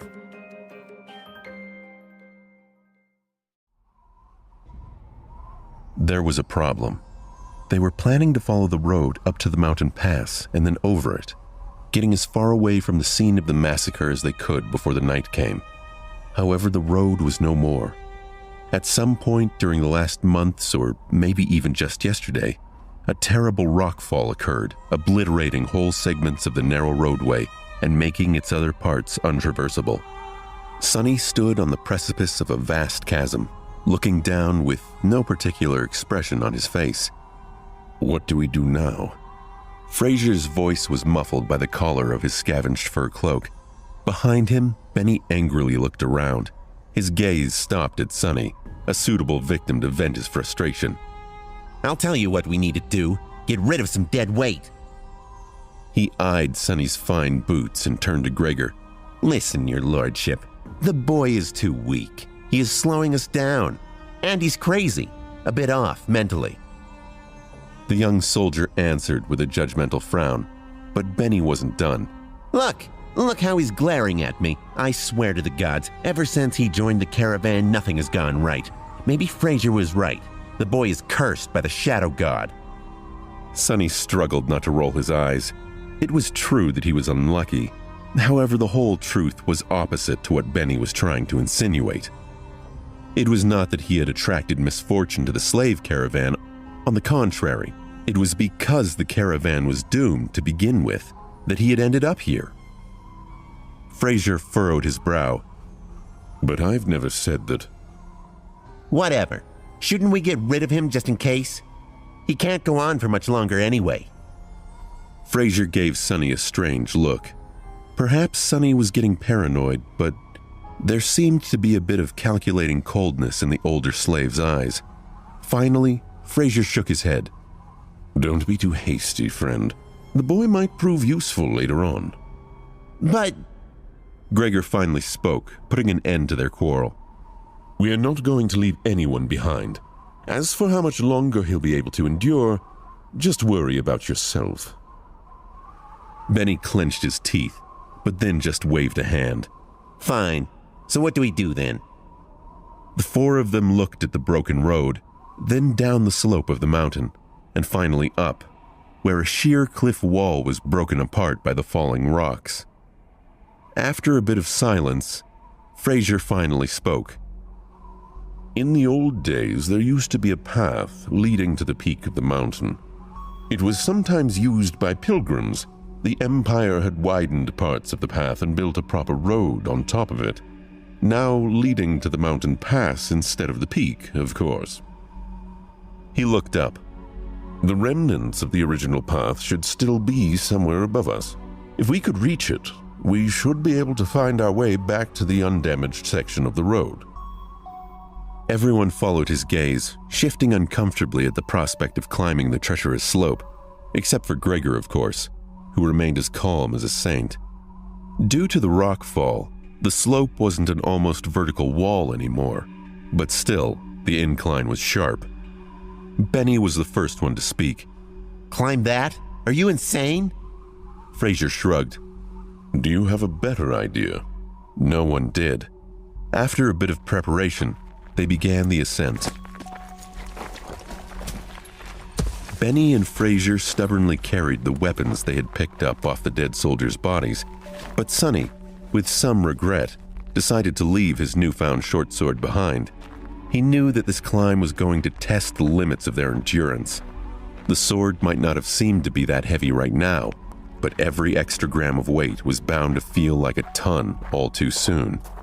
As the weakest member of the group, he was already struggling to keep up, so there wasn't a lot of choice. Shedding a few kilograms of iron was the right thing to do. Walking up the mountain road with the weight of the supplies on his shoulders was already hard enough, but climbing up the mountain itself turned out to be pure torture. Just half an hour later, he felt like his muscles were going to melt, his lungs on the verge of imploding.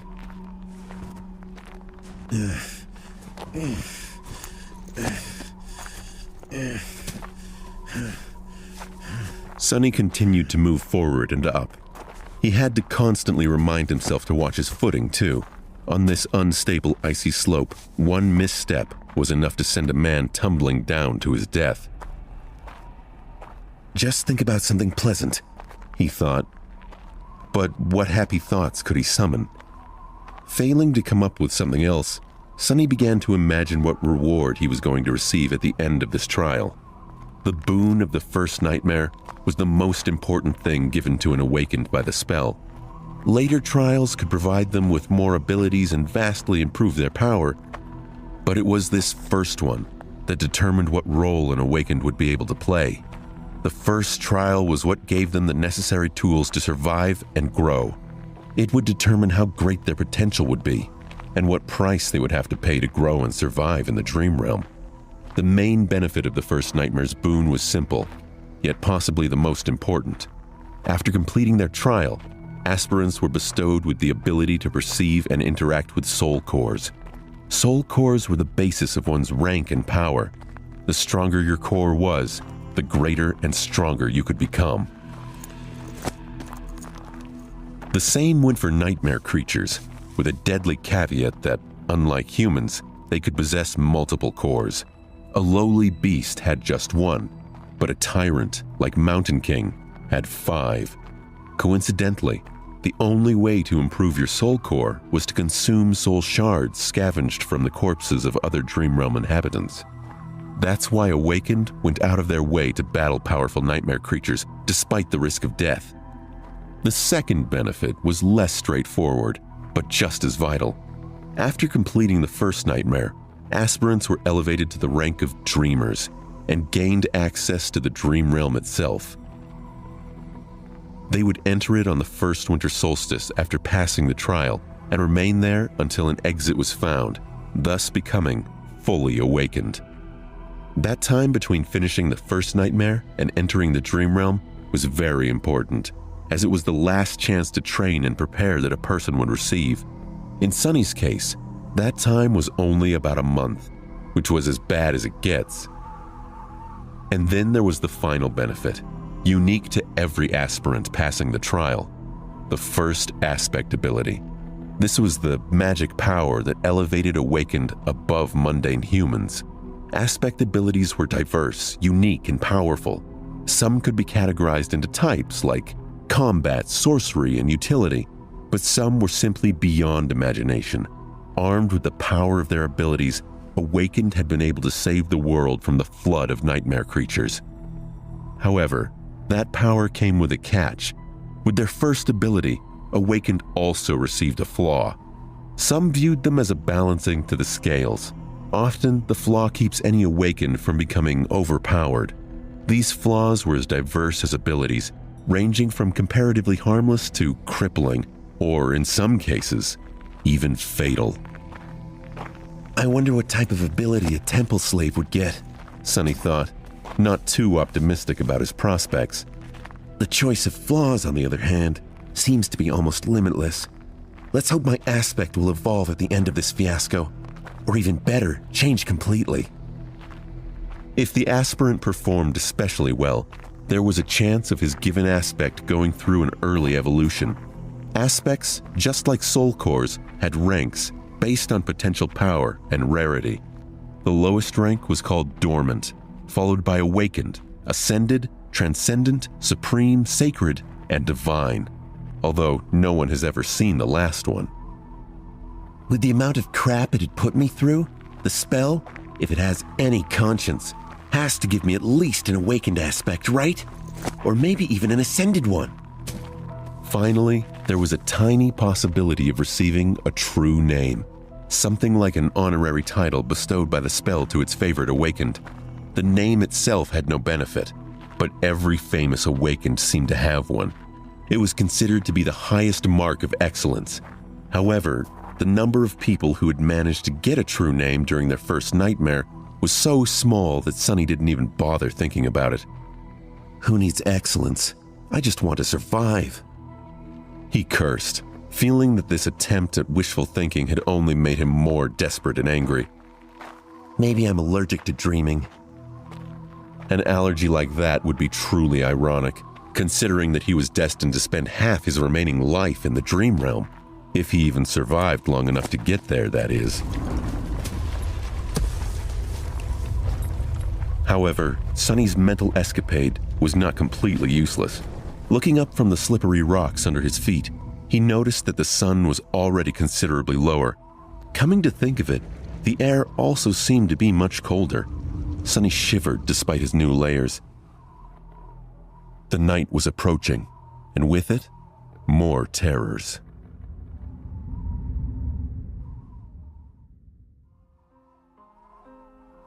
By the time they decided to stop, Sonny was on the verge of fainting.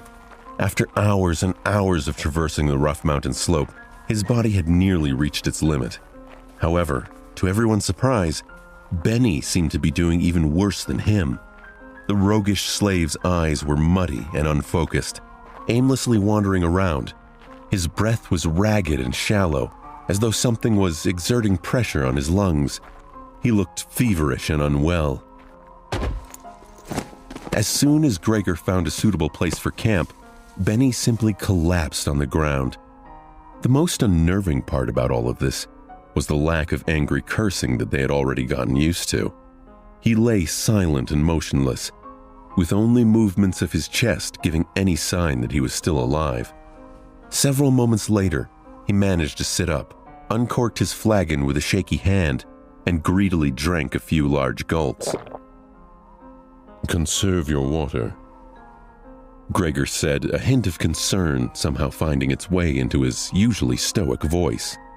Disregarding these words, Benny drank more, emptying the flagon. Fraser didn't look much better than him. The arduous climb took a heavy toll on the older slave. Despite the unbearable cold, he was sweaty, with bloodshot eyes and a grim expression on his face. Being the weakest of the three, Sonny had somehow managed to endure the best.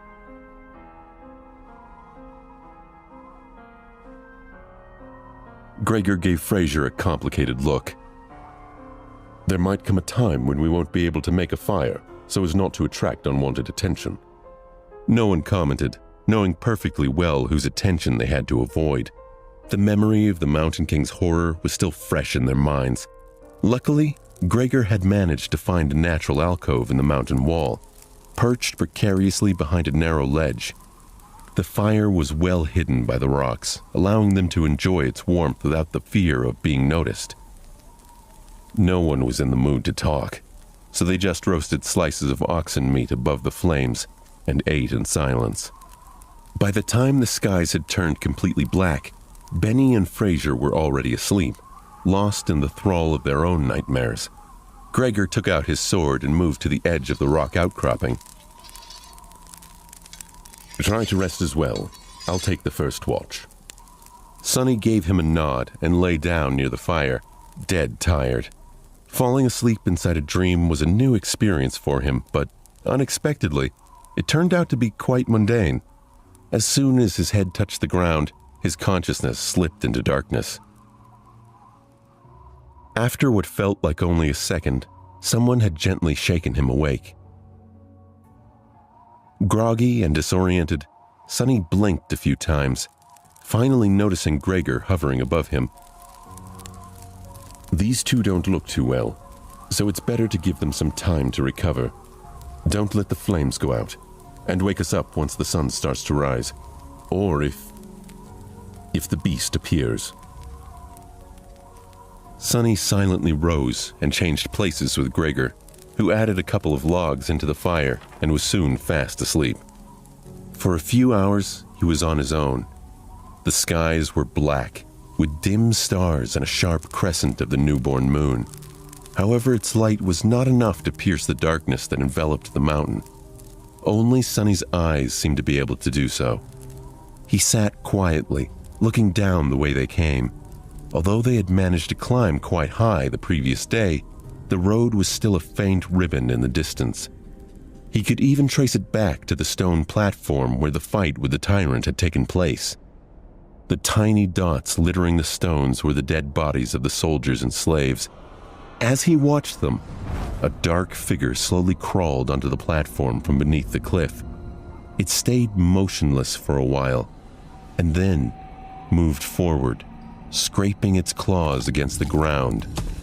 Every time a claw hit one of the bodies, the tyrant would grab it and bring it to its maw. The wind brought the muffled sounds of crunching bones to Sonny's ears. He flinched, accidentally pushing a small rock off the ledge. It fell, hit the slope, and then rolled down, causing a few more to follow. The noise of these falling rocks sounded like thunder in the silent night. Far below, the tyrant suddenly turned its head, looking directly at Sonny. Sonny froze, petrified. He was scared to make even the tiniest sound. For a while, he even forgot to breathe. The tyrant was staring directly at him, not doing anything. A few torturous seconds passed, each feeling like an eternity. Then, the tyrant calmly turned away and continued to devour dead slaves as though he had not seen Sonny at all. Sonny suddenly understood. He inhaled, watching the Mountain King with widened eyes. It was true. The creature could not see. Looking back at everything that had happened earlier, he grew more and more certain of his guess. Those milky, expressionless eyes. Come to think of it, he never saw the tyrant moving them at all. And back when Sonny was pushing the wagon off the cliff, the tyrant only reacted after the wagon had started to fall, scraping loudly against the rocks. It all made sense now. At the breaking of dawn, Sonny had woken the others up. Any hope Gregor or Sonny had that a full night's rest would do Benny and Fraser some good was quickly crushed. Somehow they looked even worse than before. It was as though yesterday's climb had overstrained Fraser too much. However, Benny's condition could not be explained by simple overexertion.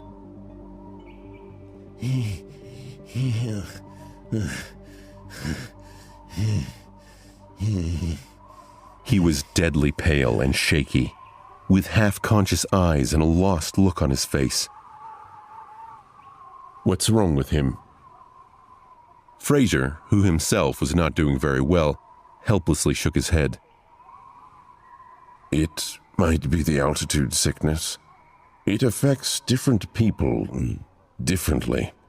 His voice sounded raspy and weak. I'm fine, assholes. Get out of my face. Benny could barely form full sentences, but still insisted that he was all right. Gregor frowned, and then took most of the supplies Benny was supposed to carry before adding them to his own load. After hesitating a little, he gave some to Sonny, too. Did anything happen while we were asleep? Sonny stared at him for a few seconds. The monster ate the dead. The young soldier's frown deepened. How do you know? I heard it. Gregor moved to the edge and looked down, trying to make out the distant stone platform. After a minute or so, he clenched his jaw, showing signs of uncertainty for the first time. Then we'll have to move faster. If the creature is finished with all the bodies, it will come for us next. We need to find that old path before nightfall. Frightened and dejected, they set out again and continued to climb. Sonny was slowly dying under the weight of the added load. Thankfully, Benny and Fraser had already drunk most of the water, lightening it a little. This is hell, he thought. They climbed higher and higher and higher The sun was climbing with them, slowly approaching the zenith. There was no talking, no laughing, only strained breathing. Each of the 4 survivors was concentrated on their own steps and footing. Benny continued to fall farther and farther behind. His strength was abandoning him. Suddenly, a frantic, desperate scream broke the silence, echoing off the mountain. Sonny turned around, but he only had time to see a panic-stricken face. Benny fell backward, his foot slipping on an ice-covered rock. He hit the ground with a hard thud, but his body didn't stop. Instead, he rolled down the steep rock face, his arms scrambling wildly, trying to grab onto something. But it was too late. Frozen in place and powerless, they could only watch as his body tumbled down the slope, leaving bloody streaks on the rocks. With each second, Benny looked less like a man and more like a rag doll. Benny continued to tumble down and down. It felt like an eternity, but it all happened in mere seconds. Finally, he came to a halt, slamming into the top of a large protruding stone. His body was a pile of broken flesh. Benny was dead.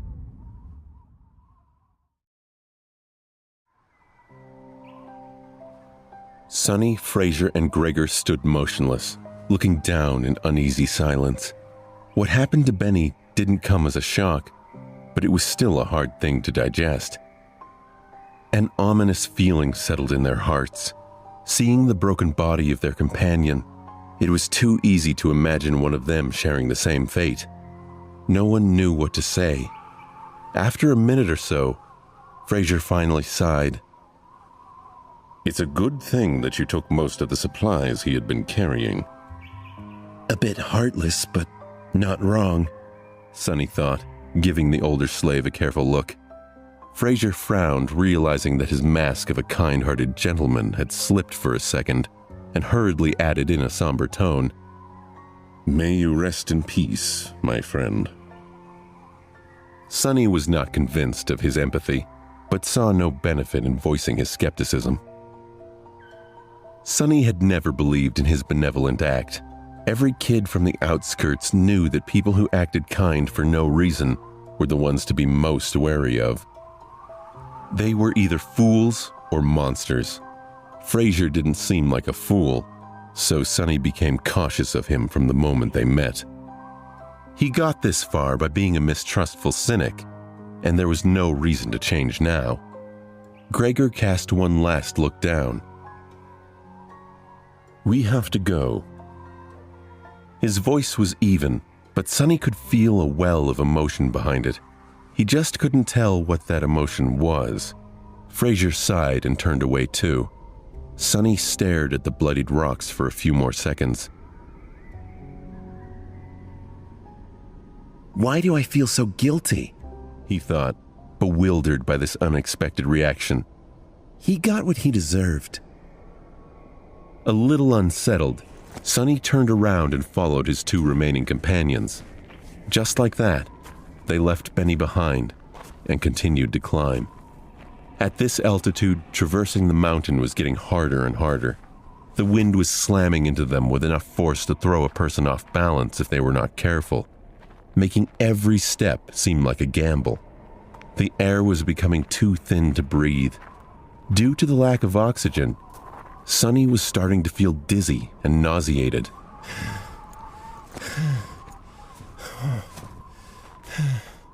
It was as though they were all slowly suffocating. Altitude sickness was not something one could overcome with effort. It was subtle and overbearing at the same time, affecting the strong and the weak, with no regard to their fitness and endurance. If their luck was bad, an elite athlete could succumb to it faster than a random passerby. It was just a question of your body's innate aptitude and adaptability. Lucky individuals were able to get over it after experiencing mild symptoms. The others were sometimes crippled for days or weeks, suffering from all kinds of torturous side effects. Some even died. As though all that wasn't bad enough, it was getting colder too. The warm clothes and fur weren't enough to keep the chill at bay anymore. Sonny felt simultaneously feverish and freezing, cursing every decision he had made in his life to end up here. This mountain was not a place for humans, and yet they had to go on. A few hours passed.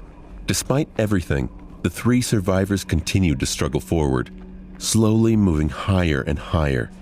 Wherever that old path Fraser had talked about was, by now, it couldn't have been far. At least that's what Sonny was hoping for. But at some point, he started to doubt if the path even existed. Maybe the older slave lied. Maybe the path was long ago destroyed by the ravages of time. Maybe they had already missed it without even noticing. Just as he was about to fall into despair, they finally found it. It was weathered and narrow, barely enough for two people to walk side by side. The path wasn't paved, but rather cut from the black rock by some unknown tool or magic, winding its way up the mountain like the tail of a sleeping dragon. Here and there, it was hidden beneath the snow, but most importantly, it was flat. Sonny had never been that happy to see something flat in his life. Without saying a word, Fraser dropped his rucksack and sat down.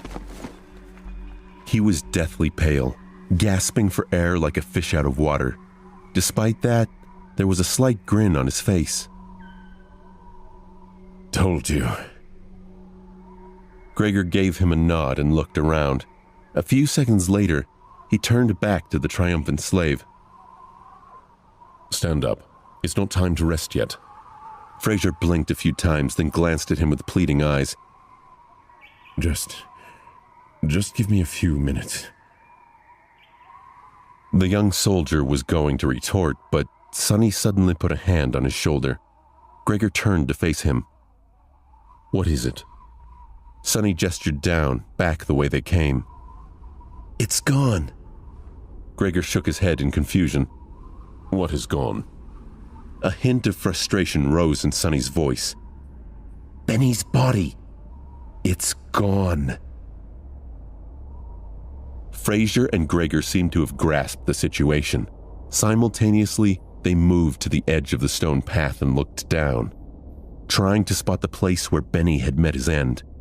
Indeed, the splattering of blood could still be seen on the jagged rocks, but the corpse itself was nowhere to be found.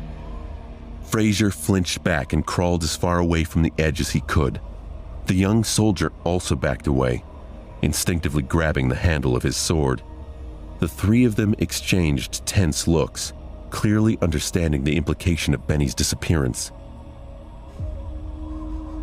It's the monster, Fraser said, even paler than before. It's following us. Gregor gritted his teeth. You're right. And if it is that close, we will inevitably be forced to fight it soon. The idea of fighting the tyrant was as frightening as it was preposterous. He might as well have said that they will all be dead soon. The truth of it was painfully clear to both Sonny. But the older slave, surprisingly, did not look panicked. Instead, he lowered his gaze and quietly said, Not necessarily. Gregor and Sonny turned to him, all ears. The young soldier raised an eyebrow. Explain. Fraser sighed. The beast had traced us this far in just a day. That means that there are two most probable possibilities. Either it is smart enough to realize where we are going, or it is following the scent of blood. After a bit of thinking, Gregor nodded, agreeing with this logic. The older slave smiled slightly and continued. Whether it is one or the other, we can throw him off our trail and buy some time.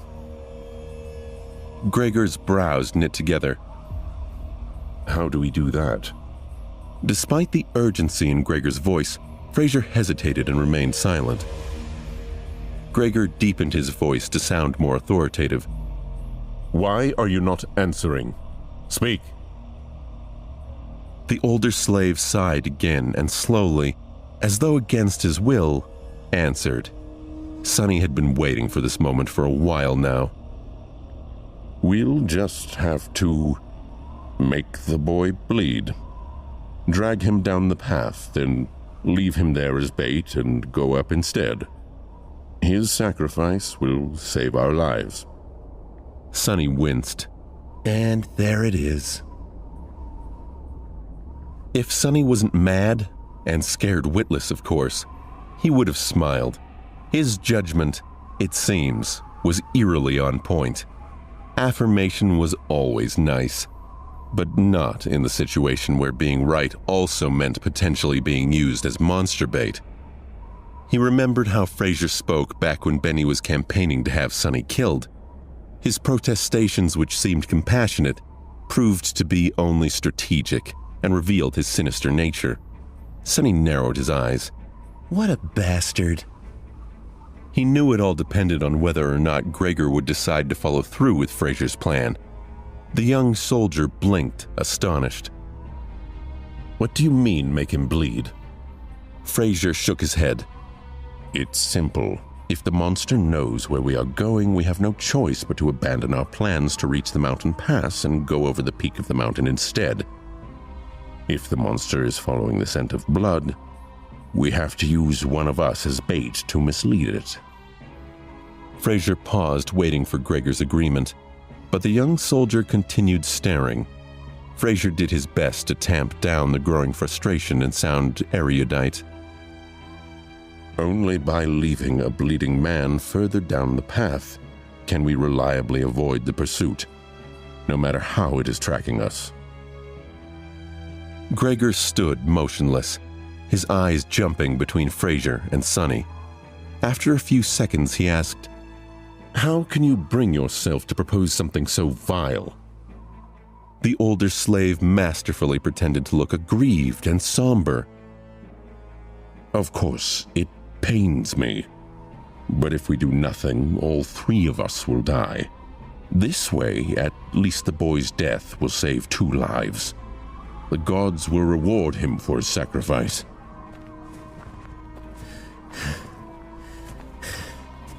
Sonny could feel his breathing grow heavier. This was the end for him. If Frazier tried to take him in a fight, Sonny stood some chance. But if both his companions turned on him, he was doomed. He tried to say something, tried to protest Frazier's plan, but his mouth was dry.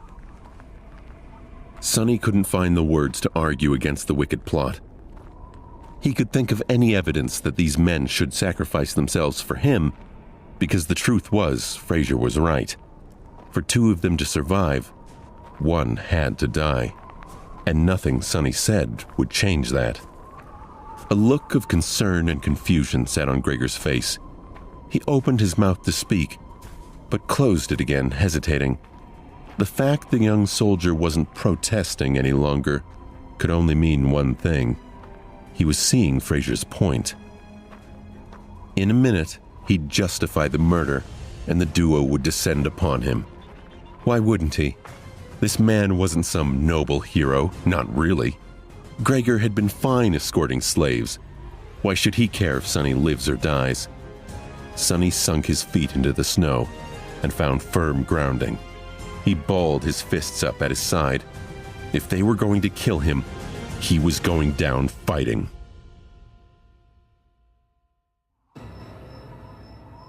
Gregor held Sonny's life in his hands. The trio stood at a crossroads where one of them must be sacrificed, and Frazier was all too happy to offer Sonny up as the option. If Gregor sides with the older slave, it would be 2-on-1. Unarmed and unskilled, Sonny didn't stand a chance. He felt his heart beating as he waited for Gregor to pull the trigger. He knew what was coming, and the suspense was only making it worse. Gregor stared down at the ground, avoiding Sonny's gaze. His hand was resting on the sword handle. As always, Sonny had no idea about what was going on behind the soldier's shimmering eyes. The uncertainty was making him nervous. His muscles were coiled, and he felt like a snake ready to spring when given the signal. Finally, after some time had passed, the soldier spoke. "I have only one question." Both Sonny and Gregor were quick to answer. Yes? Yes?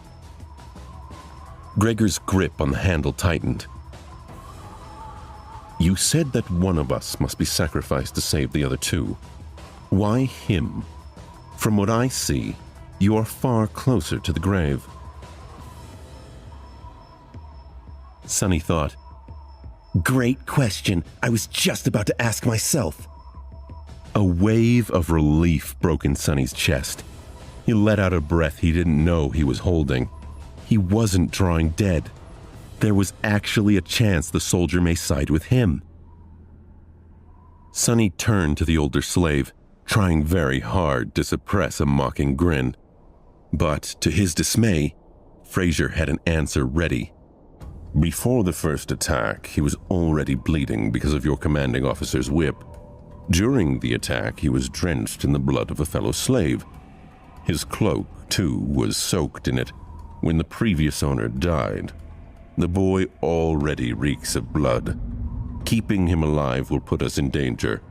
That's why he is the best choice. The grin died before reaching Sonny's face. This bastard had an answer for everything. Curse him and his big brain. Fraser's reasoning was appallingly solid. Gregor listened, his expression growing darker with each word. Finally, he looked at Sonny, a dangerous light shining in his eyes. His logic is sound. Sonny felt the blood in his veins freeze. Cold sweat was running down his spine. He tensed, ready to act.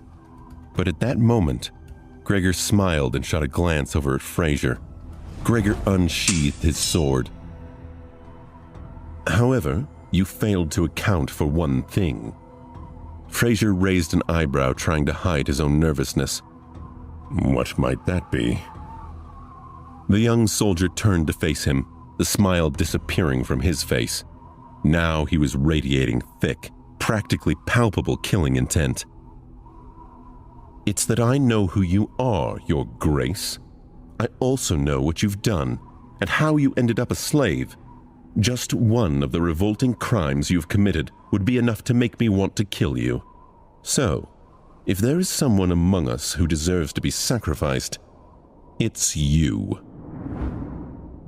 Uncharacteristically frazzled, fumbling and grasping at words in a desperate attempt to save his gambit.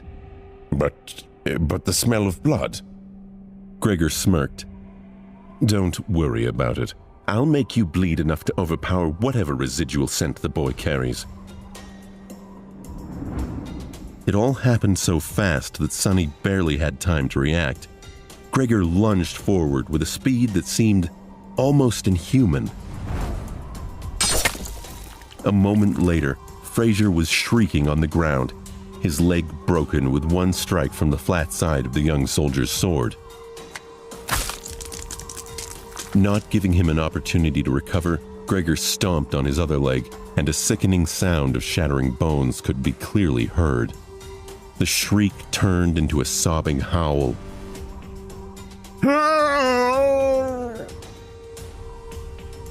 Just like that, Fraser was done for. The brutality of Gregor's actions was in such stark contrast with his usually graceful demeanor that Sonny felt paralyzed in shock. He was certainly grateful to see his life spared, but the whole ordeal scared him. He now knew that level of barbarism was lurking in the noble soldier. And even more shocking, it could be summoned up on a moment's notice. Gregor didn't seem enraged or alarmed. In fact, the soldier gave Sonny a calm look and kept his tone soft and placid. Wait for me here. Then he grabbed the older slave and dragged him down the path. Fraser, mortally wounded but clinging to his last shreds of life, writhed in pain. He screamed and cried as Gregor pulled him away. Eventually, the two disappeared behind a rock outcropping. After a few minutes, terrible screams could be heard echoing through the wind.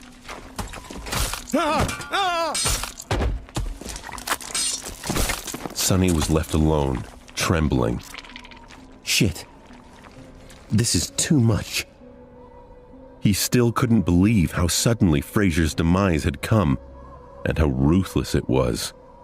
Sometime later, Gregor was back, acting as though nothing had happened. But it was exactly that normalcy that unnerved Sonny the most.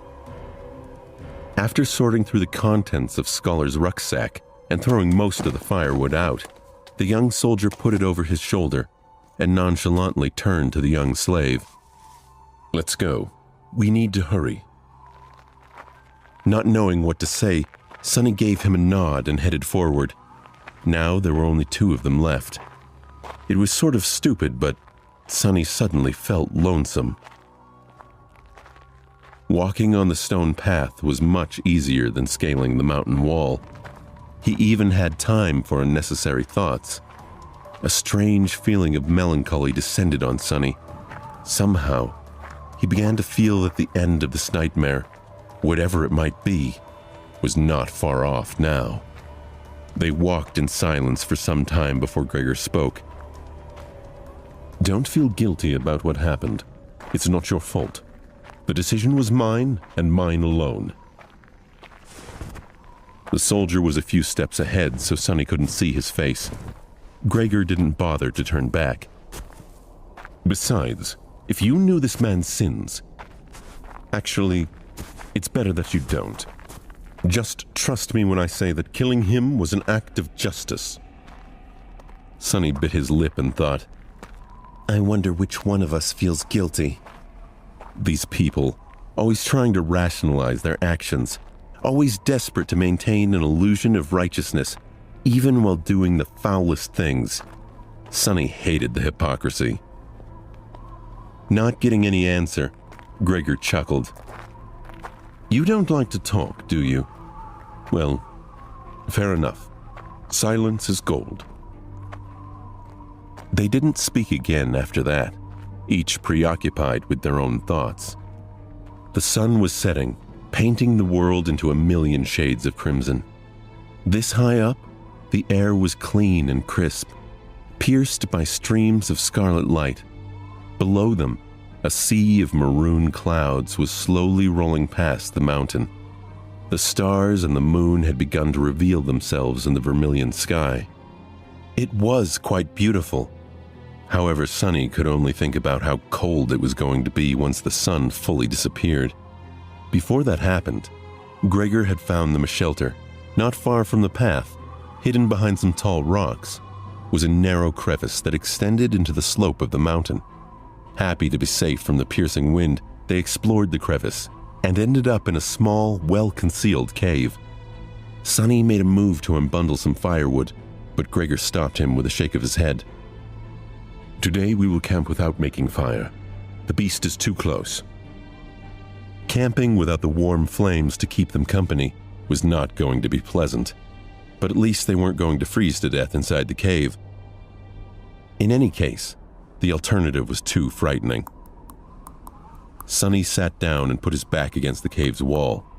Gregor settled opposite of him, looking downcast and thoughtful. He was obviously in a strange mood. If nothing else, it was apparent from the fact that today, for the first time, the young soldier had failed to care for his sword after making camp. Soon, the sun was gone, and their small cave became completely dark. Sonny, of course, could see perfectly well. Hero, on the other hand, was now completely blind. In the darkness, his handsome face looked noble and, for some reason, sorrowful. Sonny studied it, not willing to fall asleep. After a while, Gregor suddenly spoke in a quiet voice. "You know, it's strange. Usually I can feel someone's presence, even in absolute darkness. But with you, there's nothing. It's like you are just one of the shadows." With only silence to answer him, he smiled. "Are you asleep?" The question echoed in the darkness. Sonny, who had never spoken with Gregor unless there was an urgent need to, and even then only using a few words at best, felt like there was a strange intimacy between them now. That's why he decided to talk. Maybe the darkness gave him courage. He felt his heart beating loudly in his chest. After all he'd been through, it seemed in some ways this was the most nervous he'd been. But he didn't know why. The man lying in front of him was an enigma. He seemed like he could be sweet and gentle, and yet he was a slaver. He murdered Fraser in the blink of an eye. Now they were alone, and Sonny realized how few options he had. If he fell asleep, he'd be completely vulnerable, at Gregor's mercy. He had to know if he could trust him. Why do you want to know if I'm sleeping? Are you waiting for me to fall asleep before you kill me? Or will you do it in the morning?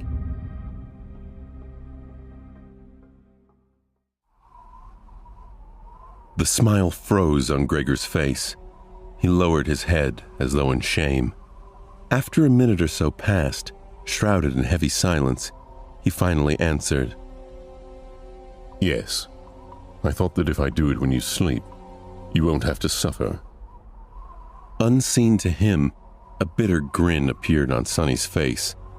A long sigh escaped from the young soldier's lips. He rested his back against the cave's wall, still not looking up. I don't expect you to forgive me. This sin, too, will be mine to bear. But please, if you can, find it in your heart to understand. If things were different, I would have gladly faced that monster to let you escape. But my life does not belong to me alone. There is a duty I am sworn to fulfill. Until it's done, I cannot allow myself to die. Sonny laughed. You people, look at you, planning to kill me and still insist on having a good excuse? How very convenient. I hate hypocrites like you the most. Why don't you be honest for once? Don't give me that crap. Just say it. I'm going to kill you because it's easy. I'm going to kill you because I want to survive. Gregor closed his eyes, his face full of sadness. I'm sorry. I knew you wouldn't be able to understand. Sonny scoffed. What's there to understand? He leaned forward, anger coursing through his veins. Tell me, why do I have to die? The young soldier finally looked up. Even though he couldn't see in the dark, he turned his face in the direction of Sonny's voice. That man was a villain, but he was also right. The scent of blood is too heavy on you. It will attract the beast. Sonny swallowed a lump in his throat. He couldn't believe he let himself feel rescued for a second. This man was even worse than the openly craven men like Benny and Fraser. You can just let me go, you know.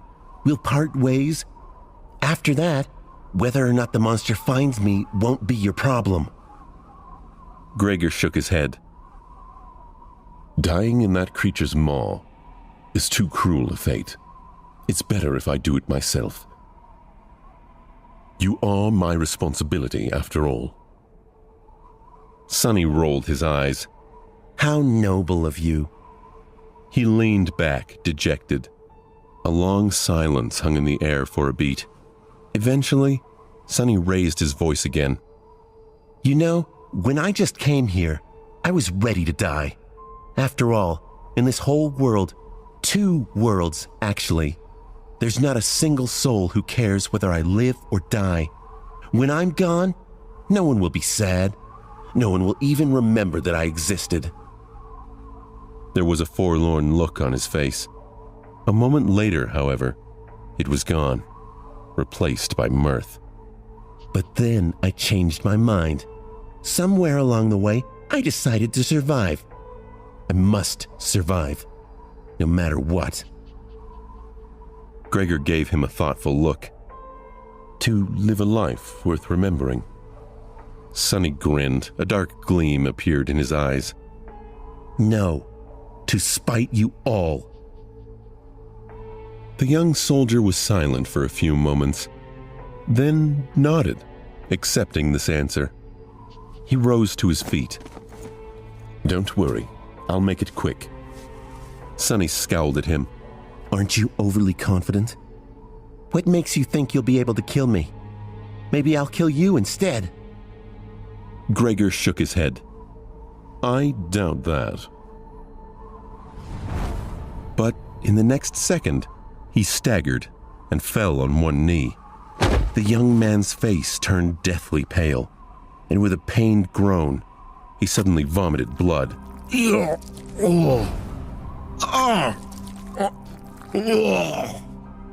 A satisfied smile appeared on Sonny's face. Finally! Unable to stand, Gregor remained on his knees. He braced himself against the cave wall. The lower part of his face was covered in blood. Astonished, he was staring at his hands, trying to understand what was happening to him. What magic is this? With wide eyes and a pale face, he turned to Sonny. Was that thief right? Did you put the curse of the Shadow God on us? Sonny sighed. I wish I had the ability to throw divine curses around. But no. To tell you the truth, I don't have any abilities at all. Gregor struggled to stand. Then how? The young slave shrugged. That's why I poisoned you all. Gregor flinched, trying to comprehend his words. What? Sonny shrugged. After the tyrant first attacked, you sent me to search for water. While gathering flagons from the dead soldiers, I squeezed bloodbane juice into each one. Except my own, of course. Not enough to taste it, but enough to slowly kill anyone who would drink from them. The soldier gritted his teeth, struggling through the pain. A sudden realization appeared on his face. So that's why the other two were in such bad shape. Sonny nodded. Benny drank the most, so his condition worsened the fastest. Frazier was also not long for this world, but you finished him off before the poison could. Yourself, however, it was as though bloodbane did not affect you at all. I was really starting to get worried. Gregor's face darkened. I see. I understand. He thought about something, then looked at Sonny with surprise. But back then you didn't know that we would turn on you. Sonny just laughed. Oh, please. It was obvious. Benny was the kind of man who would kill for a pair of boots. Frazier was like a wolf in sheep's clothing. People are selfish and cruel in the best of situations. I was supposed to believe that those two weren't going to do something terrible to me when faced with certain death? Gregor spat more blood. Then, what about me? You? A disdainful expression appeared on Sonny's face. You are the worst of them. Gregor clutched his chest. Why? Sonny looked at him and leaned forward. I might not have learned much in my short life, but I do know one thing, he said, all traces of humor gone from his voice. Now, there was only cold, callous contempt. Sonny's face hardened. There is nothing more pathetic than a slave who begins to trust his slaver. Hearing these words, Gregor lowered his head. I see. Then, suddenly, he laughed. You are a wicked little shit, aren't you?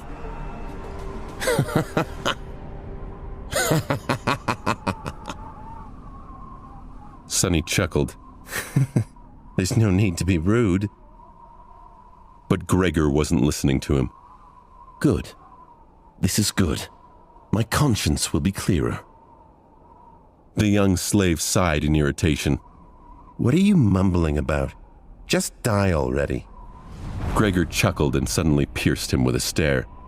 Somehow he didn't look so sick anymore. You see, that plan would have worked if I was a normal human. But alas, my soul core has awakened long ago. I've slain countless enemies and absorbed their power. Bloodbane poison, unpleasant as it may be,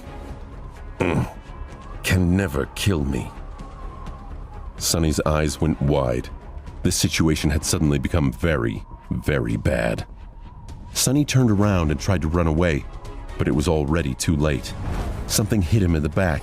sending his body crashing into the rock wall. Ah! With a scream, he felt a sharp pain piercing his left side. Rolling out of the cave, Sonny clutched his chest, scrambled back onto his feet, and ran, trying to escape the narrow crevice. He managed to reach the old path, finally being able to see the stars and the pale moon shining brightly in the night sky, but it was as far as he was able to get. As the cold voice sounded behind him, Sonny froze. Stop. If Gregor had an awakened soul core, he had no chance of getting away from him. In a fight, he had no chances at all. Turn around. The young slave obediently turned, holding his hands up. He looked at Gregor, who was wiping the blood off his face with a displeased look in his eyes. The two of them stared at each other, shivering in the murderous cold. Gregor's lip curled up at the side. Was it worth it? You know what?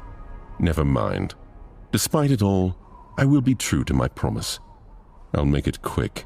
The soldier unsheathed his sword. Do you have any last words?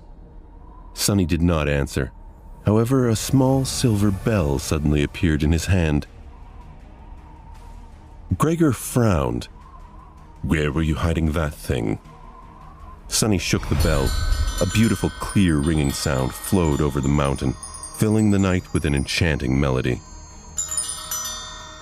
Panic rose in Gregor's voice. What are you doing? Stop! The young slave dutifully stopped. The soldier's eyes darted around the room, trying to determine what had just been done. What was... Right under Gregor's bewildered eyes, the silver bell disappeared into thin air. He looked at Sonny, stumped and suspicious. Tell me, what did you just do? But Sonny didn't answer. He hadn't said a single word ever since escaping the cave. Right now, he wasn't even breathing. Gregor, on the other hand, continued to speak. Tell me right now or you will regret it. Sonny would not be scared. He would not be intimidated. He was a child of the shadow, and they were wrapped in darkness. He looked past Gregor and stared into the darkness. A small smile grew, and it spurred panic in Gregor. What is it? What did you do? Tell me, you little shit! Sonny raised his eyebrows. You'll find out. Soon.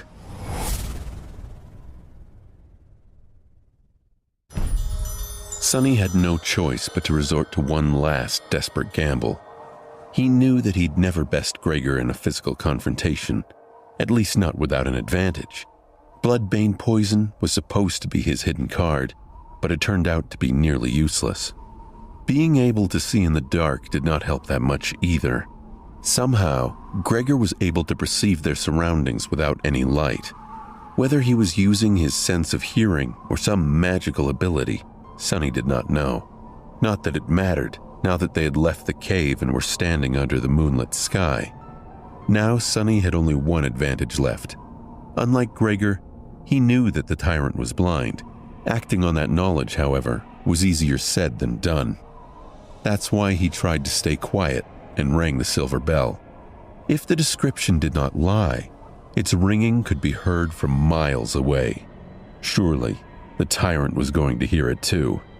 Now Sonny only had to stay silent, stall for time, and hope that the monster would come and hear the young soldier. Sonny's lack of response sent Gregor into a fit of bewilderment and anger.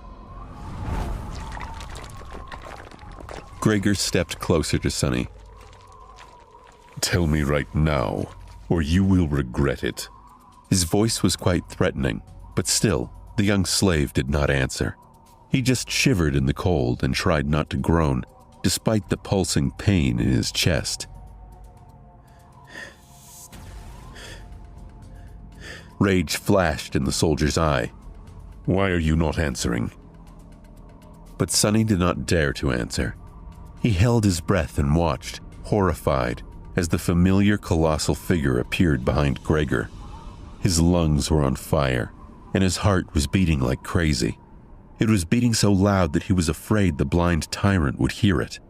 But of course, It couldn't be louder than Gregor's voice, who was still only talking, turning himself into the only source of noise on this mountain. At the last second, a hint of understanding appeared in the young soldier's eyes. He began to turn around, his sword rising with lightning speed. But it was too late. A massive hand appeared from the darkness and caught him in an iron grip. The bone claws scraped against the armor, pulling it apart. Mountain King dragged Hero back, paying little attention to the sword biting into its wrist. Viscous saliva was streaming from its open maw. Petrified by fear, Sonny slowly turned his back to them and took a couple of steps up the old winding path. Then he darted away, running as fast as he could. Behind him, a desperate scream tore apart the silent night. Then, a hungry roar followed. It seemed that Gregor wasn't going down without a fight, even though his fate was already sealed. But Sonny didn't care. He was running away, climbing higher and higher. "I'm sorry, Gregor," he thought. "I did say that I would watch you die, but as you know, I am a liar. So go on and die on your own." Sonny looked at the tableau ahead of him. A lonesome, dark mountain stood tall against the raging winds. Jagged and proud, it dwarfed other peaks of the mountain chain, cutting the night sky with its sharp edges. A radiant moon bathed its slope in the ghostly light. Under that light, the young man with pale skin and black hair reached the peak of the mountain. However, his looks didn't match the magnificence of the scene. Wounded and staggering, he looked pathetic and weak. Sonny looked like a walking corpse. His coarse tunic and cloak were torn and smeared with blood. His sunken eyes were cloudy and lifeless. His body was bruised, beaten, and cut. There were specks of bloody foam on his lips. He was hunched over, cradling the left side of his chest. Each step caused him to moan, ragged breath barely escaping through his gritted teeth. Sonny was hurting all over, but most of all, he was cold. So cold. He just wanted to lie down in the snow and fall asleep, but doing so would be certain death. If the temperature didn't kill him, the tyrant would. He used this time to put as much time between himself and that thing as possible. Sonny continued walking, hoping that the nightmare might end if he reaches the peak. Step, another step. Finally, he had made it. At the highest point of the mountain, a vast expanse of flat rock was covered with snow. In the center of it, illuminated by moonlight, stood a magnificent temple. Its colossal columns and walls were cut from black marble, with exquisite reliefs decorating the Stygian pediment and broad frieze. Beautiful and awesome, it looked like a palace of a dark god. At least it did once. Now, the temple was in ruins. Fractures and cracks marred the black stones, and parts of the roof had collapsed, letting in ice and snow. Its tall gates were broken, as if smashed into pieces by the hand of a giant. Still, Sonny was satisfied. "Found you." His voice was hoarse. Gathering the last of his strength, the young slave slowly limped in the direction of the ruined temple. His thoughts were muddled and confused. "See this, Gregor?" he thought, forgetting for a second that the soldier was already dead. "I've made it. You were strong and ruthless, and I was weak and timid. Yet now you are a corpse, and I am still alive. Isn't it funny?" He stumbled and groaned, feeling the edges of his broken ribs cutting deeper into his lungs. Blood was dripping from his mouth. Dead or not, Gregor had gotten him good with that single strike. A laugh escaped Sonny's lips. "The outcome was predictable. What did any of them know about being ruthless? Poor fools. In my world, people had thousands of years to turn cruelty into art. And as someone on the receiving end of all that cruelty, don't you think I would know more about being vicious than anyone ever could? He was getting closer to the temple. Truth be told, they never stood a chance. Wait, what was I thinking about? A moment later, he had already forgotten. There was only pain, the dark temple, and the overpowering desire to sleep. Don't fall for it. It's just hypothermia. If you fall asleep, you'll die. Finally, Sonny reached the steps of the Black Temple. He started to climb them, not noticing thousands of bones that were scattered around. These bones once belonged to humans and monsters. All of them were killed by the invisible guardians still lingering around the temple. As Sonny was climbing the steps, one of the shapeless guardians approached him. It was ready to snuff out the spark of life that was burning weakly in the defiler's chest, but then stopped, sensing a faint, strangely familiar scent coming from his soul. The scent of divinity. Sorrowful and lonesome, the guardian moved aside, letting Sonny pass. Oblivious, he entered the temple. Sonny found himself in a grandiose hall. Moonlight cascaded through the holes in the partially collapsed roof.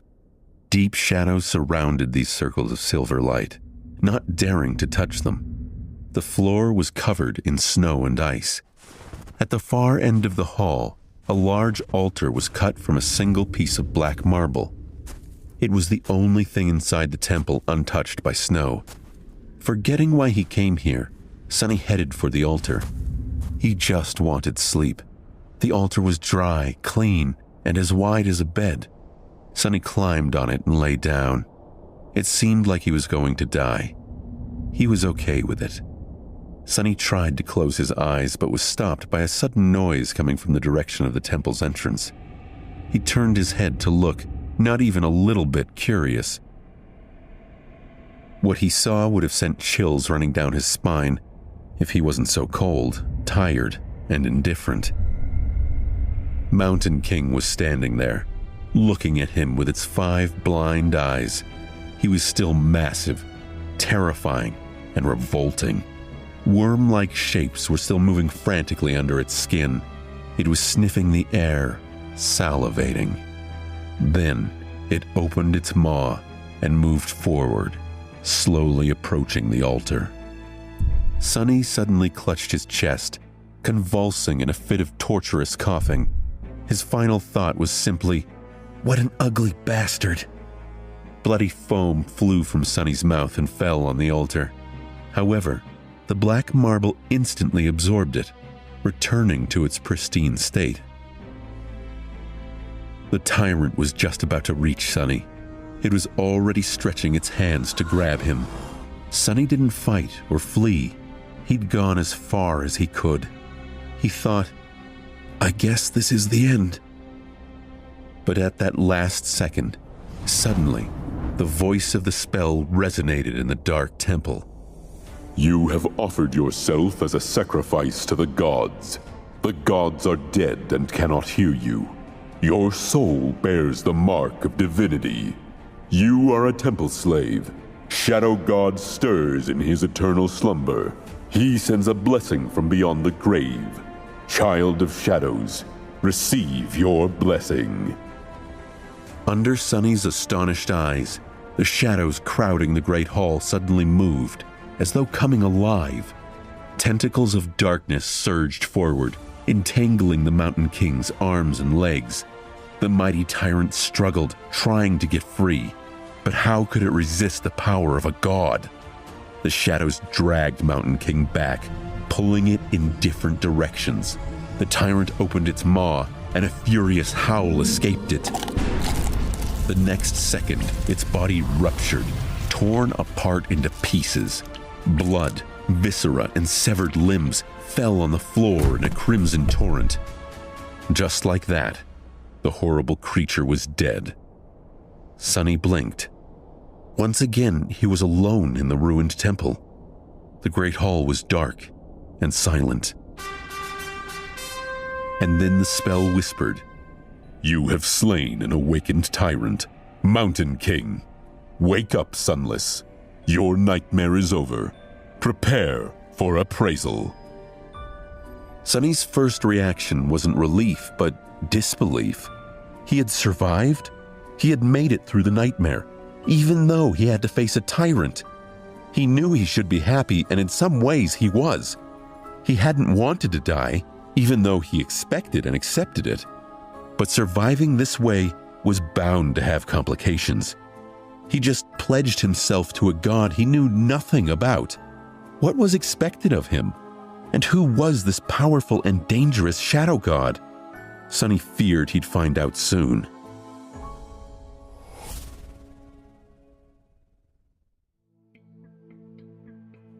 The voice of the spell echoed in Sonny's ears. Prepare for appraisal. Sonny found himself in a space between dream and reality. It was an endless black void illuminated by a myriad of stars. Between those stars, countless strings of silver light were woven into a beautiful and inconceivably complex net, forming various nexuses and constellations. It was truly breathtaking. Somehow, Sonny understood that he was seeing the inner workings of the nightmare spell. He also couldn't help but think that it looked a lot like the celestial equivalent of a neural network. Did that mean the spell was alive? What did it want from him? How was it going to appraise him? And what would it mean if the spell was still unsatisfied? His questions were endless, and for decades, people had been speculating about the source and nature of the nightmare spell. The best answer they had come up with was that there was no way to know. The spell was neither alive nor dead, neither sentient nor mindless. It was more of a function than a creature. But Sonny was in no mood to ponder philosophical questions. He was eagerly awaiting his boon. That was the promise of surviving the first nightmare. Every awakened is granted something, and Sonny was long overdue to receive some help from life. The spell was still appraising his performance. However, the first reward seemed unrelated to the challenge Sonny had faced. You have received a memory, Puppeteer's Shroud. Sonny felt incredibly elated. Yes! Memories were useful items that dreamers could summon in times of need. This Puppeteer's Shroud apparently belonged to the Mountain King, and by slaying the beast, Sonny had taken ownership of the item. Sonny was almost ready to do a happy dance. The Mountain King was a high-ranking monster, an awakened tyrant by Sonny's estimation. Therefore, Sonny could conclude the creature's memory was also of awakened rank. Getting a strong tool like that was a stroke of incredible luck for Sonny. He'd now be well armed in any future nightmares. And he'd need any advantage he could get. The nightmare spell got increasingly difficult every time a dreamer was faced with a trial. Under the nightmare spell, memories, attributes, aspects, and even a dreamer's soul core were classified by 7 ranks of increasing power: dormant, awakened, ascended, transcendent, supreme, sacred, and divine. The power gap between different ranks simply could not be overestimated. Similarly, nightmare creatures were classified by 7 ranks of increasing depravity: dormant, awakened, fallen, corrupted, great, cursed, and unholy. From the spell's point of view, Sonny was a dormant human.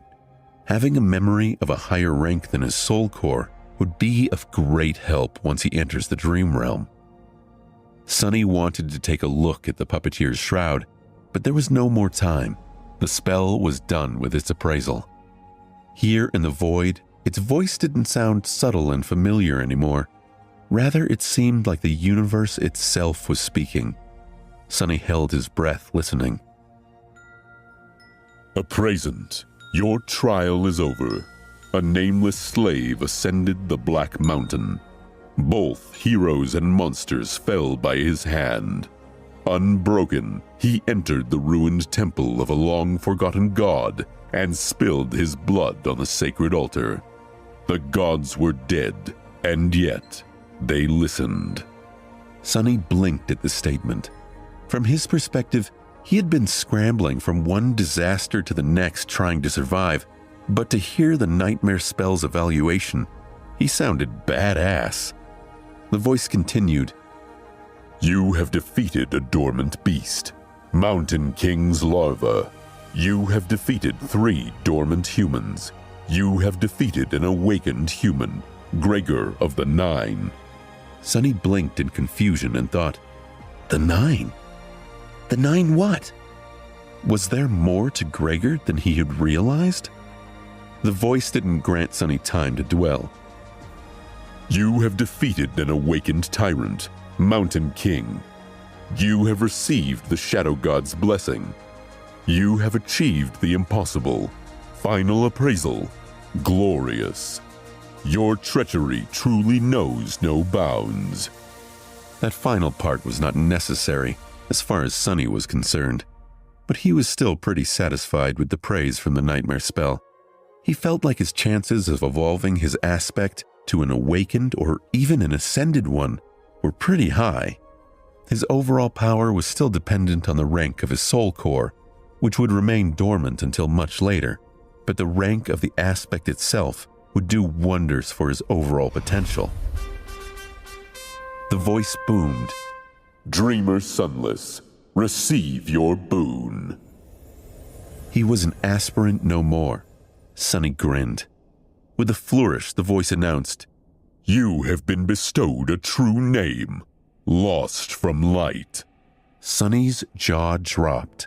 A true name. He had received a true name.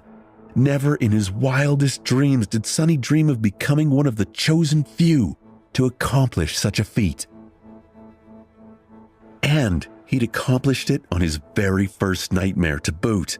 Not even all of the saints could boast of having one. He was an elite now, a bona fide cream of the crop. He was going to be rich. But the rewards kept coming. Your aspect is ready to evolve. Evolve aspect? A smile broke across Sonny's face. He couldn't believe the nightmare spell would even ask such a question. Of course he wanted to improve his aspect. Sonny crossed his fingers. Yes!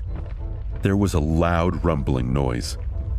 Dormant aspect temple slave is evolving. New aspect acquired. Aspect rank, divine. Sonny fell over. Divine was the highest possible rank for an aspect. Whatever this new power was, it was one of the strongest in the game. The voice barreled along, not giving Sonny any time to process this huge revelation. Aspect name, Shadow Slave. Sonny was standing on his knees, stupefied. The shock was so great that for a second there he lost all control over his limbs and fell. Divine! It said divine, right? He raised a trembling hand and rubbed his eyes, making sure that he was awake, or rather conscious, since technically he was still sleeping in the underground vault of the police station. Overwhelmed by all this terminology, Sonny silently summoned the runes and found the lines describing his aspect. Aspect, Shadow Slave. Aspect rank, divine. Aspect description. You are a miraculous shadow left behind by a dead god. As a divine shadow, you possess plenty of strange and wondrous powers. However, your existence is empty and lonesome. You mourn the passing of your former master and long to find a new one. Sonny took a deep breath. Sounds a little melancholy, but at least I'll have some real power for once in my life. He continued reading. Innate ability, Shadowbound. Ability description. Find a worthy master and let them know your true name. Once they recite it out loud, you will be bound to their will, unable to disobey any command. It is improper for a shadow, let alone a divine one, to walk around without a master. That was a lot to digest. First of all, Sonny felt his heart beating faster. He heard it right. All the suffering and horror he had experienced in the first nightmare paid off in the end. A divine aspect. He had received a divine aspect. Anything above awakened was rare and immensely valuable. People with ascended aspects were uncommon enough to be fought over by various factions. The factions themselves were built around singular powerhouses with transcendent or supreme aspects, and he had never, ever heard of anyone acquiring a divine one. Never. Anything with the divine prefix was so hard to find that it mostly lived in the realm of myths and legends. After all, the human race had not reached that high yet. It was only slightly more than a decade since humans managed to finally conquer the third nightmare and receive the ability to evolve their cores to transcendent rank. As transcendents, or saints as they were called in the real world, powerful awakened ruled over the dream realm. But even they did not dare to face nightmare creatures of higher ranks. Everyone knew that theoretically, you could have a memory, echo, or aspect of supreme, sacred, or divine rank. But to Sonny's knowledge, no one had ever earned one. Until now. Sonny grinned, driven half-mad by joy and arrogance. However, his jubilation was a little muddied. After all, there was that weird innate ability. Of course, he had no intention of becoming someone's magical slave with no free will of his own. To hell with that. All he had to do to avoid that fate was conceal his true name. No one except for him could see his status. That meant that Sonny just had to keep his mouth shut, and no one would know that he even had one. It meant giving up on all the benefits that someone who was bestowed a true name after the first nightmare was entitled to. But none of those benefits were worth his freedom. Besides, the honor of a true name was overshadowed by his divine aspect. The nightmare spoke again. The first seal is broken, awakening dormant powers. Sonny braced himself, eager to discover what his strange and wondrous powers would be. Sonny felt something waking up inside of him. With a startled cry, he clutched his chest and stared into the darkness, trying to understand what was happening. The feeling was not painful or unpleasant, yet it was like nothing he had ever experienced. It was as though his soul was being shaken awake, infused with strange new energy. However, that energy did not come from some outside source. Rather, it was coming from within, as though it had always been there, sleeping. The energy filled every fiber of his being. Sonny felt his emotions becoming clearer and sharper. Then, his body began to change too. He felt as though a miniature star was burning in the center of his chest. Waves of heat were radiating from it, slowly reaching his stomach and shoulders, then his arms and legs, then his hands and feet. Under the heat, his bones, muscles, organs, and blood vessels were being rebuilt and revitalized. He felt his muscles burn and tingle as they grew. His lungs took a deep, sharp breath of air. His eyesight sharpened. Sonny felt like he was being reborn. He was becoming stronger, faster, healthier. It was euphoric. With each second, his transformation was becoming more profound. New confidence settled in Sonny's heart. He was not a weak, frail street kid anymore. He was not as vulnerable against anyone who would wish to bully him as he was in the past. With his powers awakened, and his will tempered by the horrors of the first nightmare, he was now someone you would not want to cross. After some time had passed, the star burning in his chest finally cooled down. The heat was replaced with a soothing coldness. That coldness washed over Sonny's body, taking away all the aches and discomforts that had accumulated there over the years.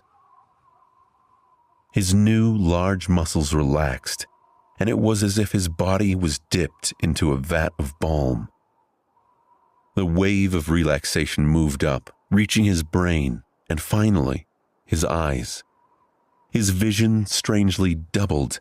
He could still see the void populated by an endless pattern of stars, but he could also see something different. A silent, calm, dark sea, illuminated by a lonely black sun. From his previous knowledge, Sonny knew that this was his so-called Sea of Soul, but he also knew that it was supposed to look quite different. For starters, it was supposed to be much more lively. The star above Sonny was a visual representation of his soul core. The soul core was a manifestation of a dreamer's soul, and it held a special energy called soul essence. Individuals had their own natural soul essence, but a soul core could also trap and absorb soul essence they accumulate during a nightmare.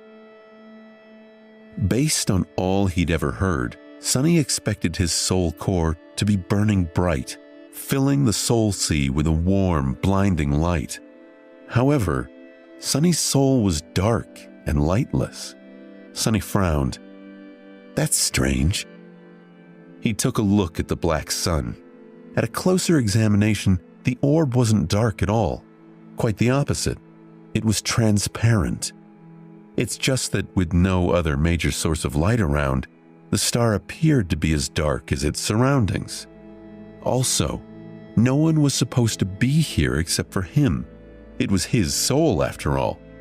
But Sonny had a nagging feeling that somewhere, just beyond the periphery of his vision, hidden in the darkness, shapeless forms were constantly moving. No matter how he turned his head, he couldn't catch a clear glimpse of them, and yet the feeling would not go away. Sonny wasn't sure if he was paranoid, imagining these intruders, but regardless of the validity of his suspicions, he wasn't getting anywhere focusing on them. Part of him hoped he'd forget all about that nagging feeling if he forced himself to move on. Sonny turned back to the black sun and finally spotted two spheres of light orbiting around it, as though caught in the soul core's gravity well. A subtle smile appeared on his face.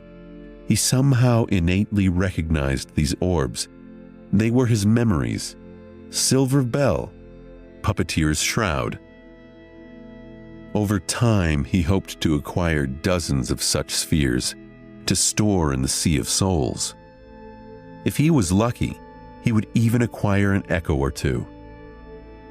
Echoes operated in much the same way as memories, only rather than summonable tools, they were magical creatures forged from the soul essence of slain nightmare creatures. Dreamers who had echoes could call forth these companions to aid them in the trials. The spell's voice suddenly pulled Sonny out of the Sea of Soul. Awakening aspect ability. Sonny took a dead breath and thought, this is it, the moment of truth. Divine aspect or not, his immediate future still depended on the first aspect ability he would receive. His role in the dream realm would be based on its characteristics. If it was a combat ability, he would be most useful on the front lines of the bloody battles against the nightmare creatures. If it was tied to sorcery, he would likely become a powerful but fragile ranged fighter. If it was something having to do with utility, he would be a vitally important part of the behind-the-scenes workings of the dream realm. Utility abilities were also extremely valued in the real world, where Awakened performed many tasks that kept it going. If he was lucky, he could even become a healer. Healers were very rare, and as such, sought-after specialists. The nightmare spell rang out once more. Aspect ability acquired. Aspect ability name. Shadow Control. Sonny squinted. What did shadow control mean? Was that combat or sorcery? He'd not heard of this aspect before, and he was dying to learn what his fate might be. Was he going to be a frontline warrior or a cunning strategist? Sonny hurriedly summoned the runes. He wanted to go to the description of his new ability right away, but ultimately decided to give his overall information a look first. His eyes flit over the runes, which mostly reinforced what he'd already known. Name: Sunless. True name: Lost from Light.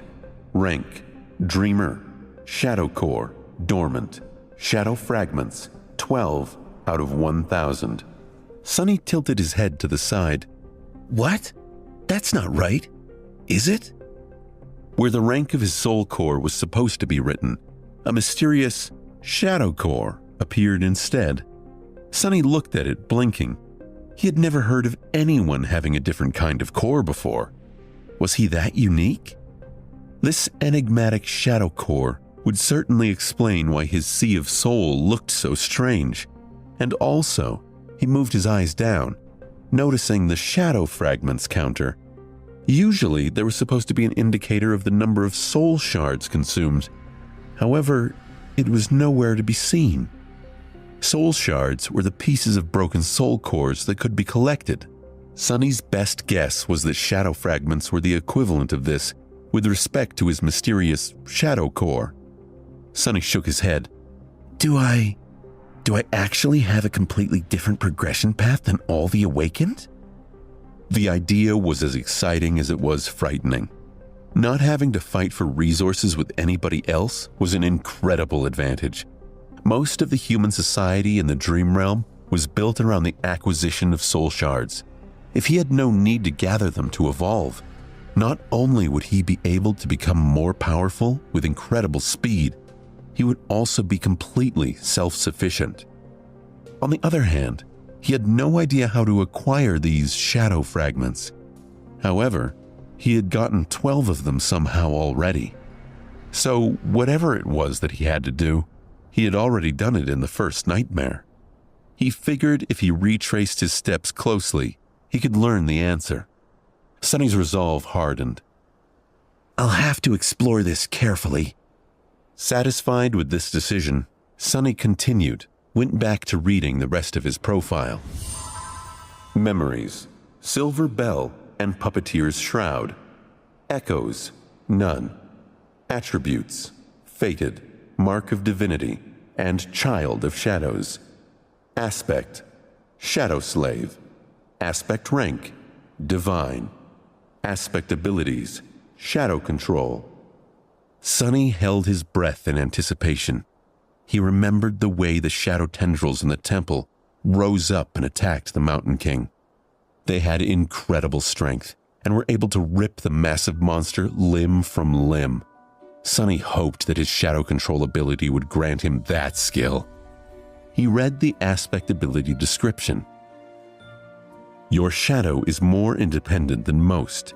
It is an invaluable helper. He cocked his head to the side, disappointed. What is that supposed to mean? Before he could mull that question too long, the nightmare spell spoke up. All power has a price. You have received a flaw. Sunny scoffed. Oh, come on. Like the risk of being enslaved isn't enough of a drawback already. A new set of runes appeared on his profile.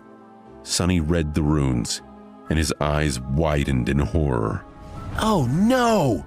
No, no, no, no!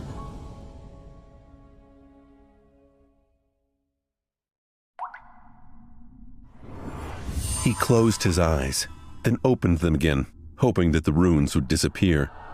No, please, no! But the runes were still there, shining slightly, as though mocking him. Flaw: clear conscience.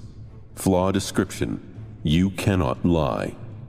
Sunny stared at these 3 simple words, feeling like there was a bottomless abyss opening right beneath his feet.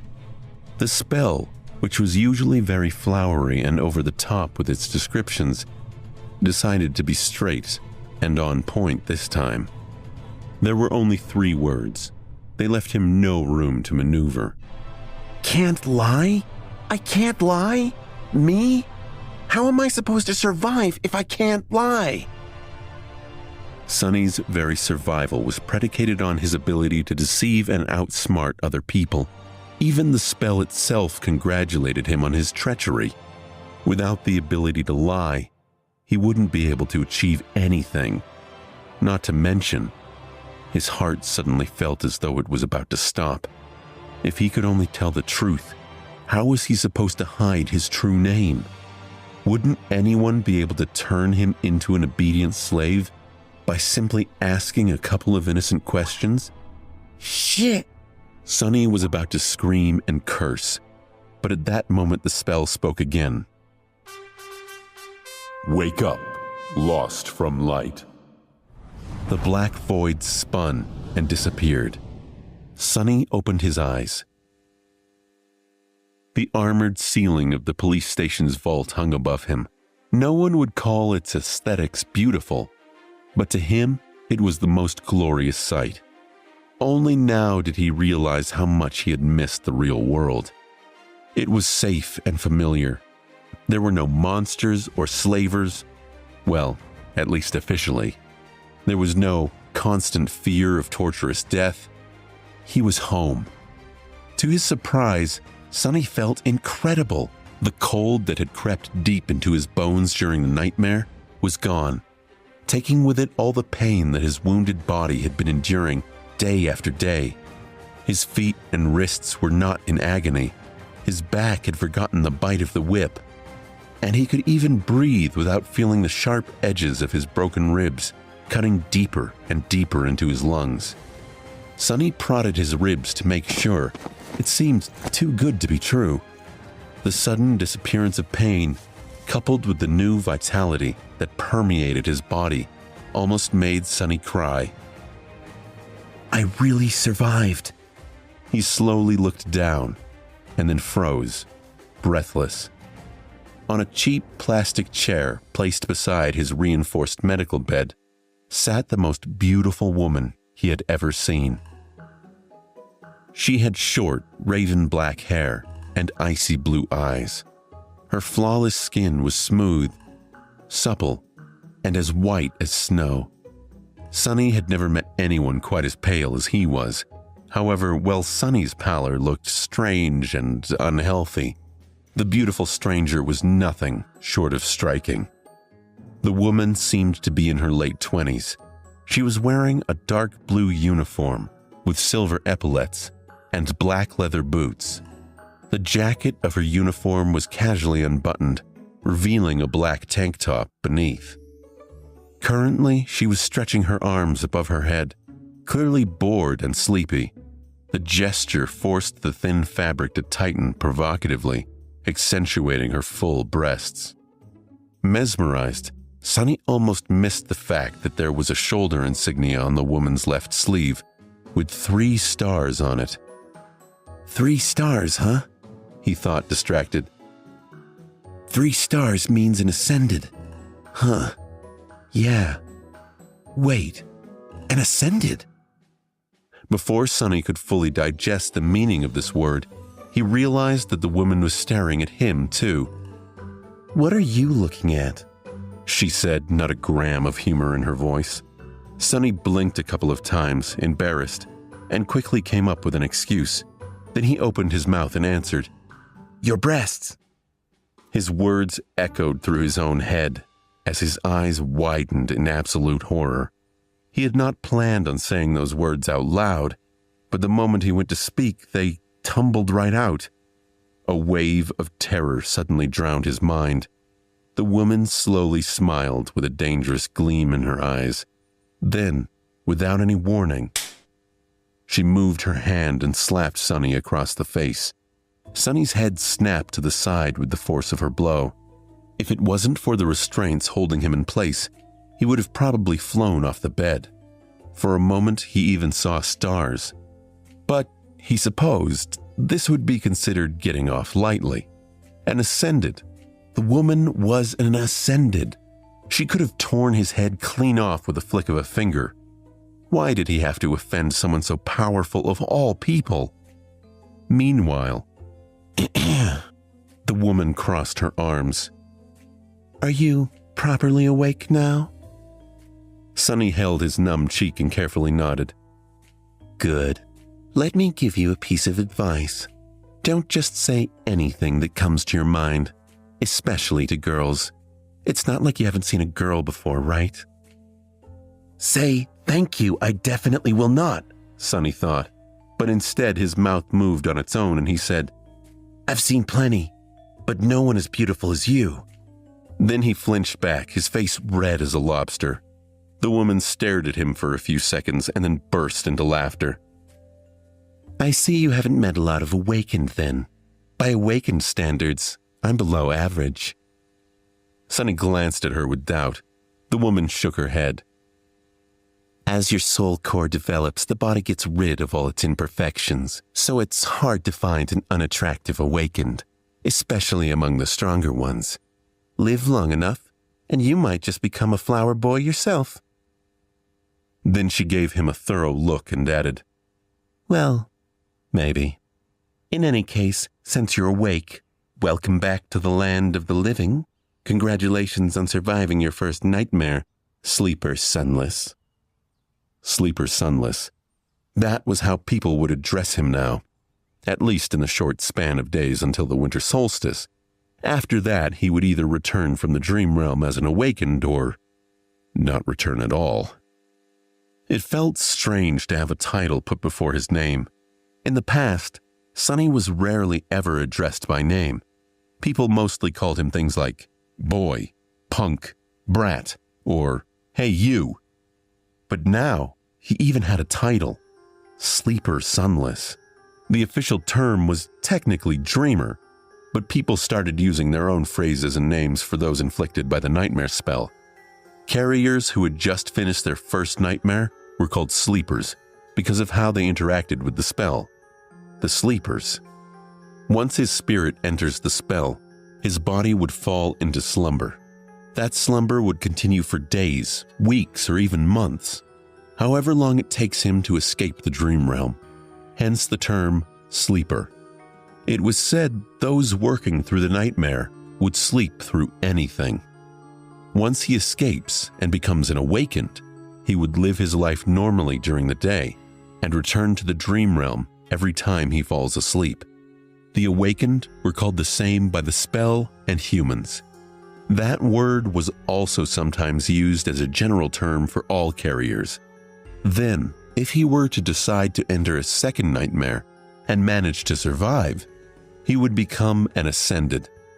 People colloquially referred to them as Masters. Masters could enter and exit the dream realm as they wished. Some even chose to never go back at all. More than that, they traveled between the worlds physically, not just in spirit. And then, above Masters, there were Saints. Those who had conquered the third nightmare and earned the right to call themselves transcendent. They were as powerful as demigods and even more rare. Not only could they travel between the real world and the dream realm, but they could also take others with them. But coming back to Masters, the beautiful woman stood up and approached the reinforced medical bed. With practiced moves, she began to undo the restraint holding Sonny in place. I am Ascended Jet. You can call me Master Jet. These past 3 days I was on watch duty due to your nightmare. Right. Before I fell asleep, the policeman told me that an Awakened would arrive in a few hours to monitor my condition, to kill the nightmare creature if I died and let it through. Sonny was unwilling to open his mouth, terrified that all sorts of truths would come spilling out. But there were things he simply had to know. Master Jet, I have a question. Go on. Why would a master be put on watch duty? Isn't it below your pay grade? Jet gave him a dark look. You're smarter than you seem. Recently, there were a lot of gates opening in this sector. Most of the local Awakened are either wounded or occupied with the cleanup, or dead. It's always like that close to the winter solstice. She opened the final restraint and took a step back. Plus, there's not a lot of Awakened who, like me, directly work for the government. It's by far the least lucrative or glorious career one of us can choose. Would you abandon wealth and fame to work abysmal hours and risk your life? All for altruism and a sense of duty?" Sonny wanted to say something flattering. Instead, he looked Master Jet right in the eyes and smirked. "Of course not. I'm not an idiot. Damn this flaw, damn." She stared at him with a humorless expression. Sonny thought that he was going to get slapped again. But instead, Jet smiled. "See, I was right. You really are smart."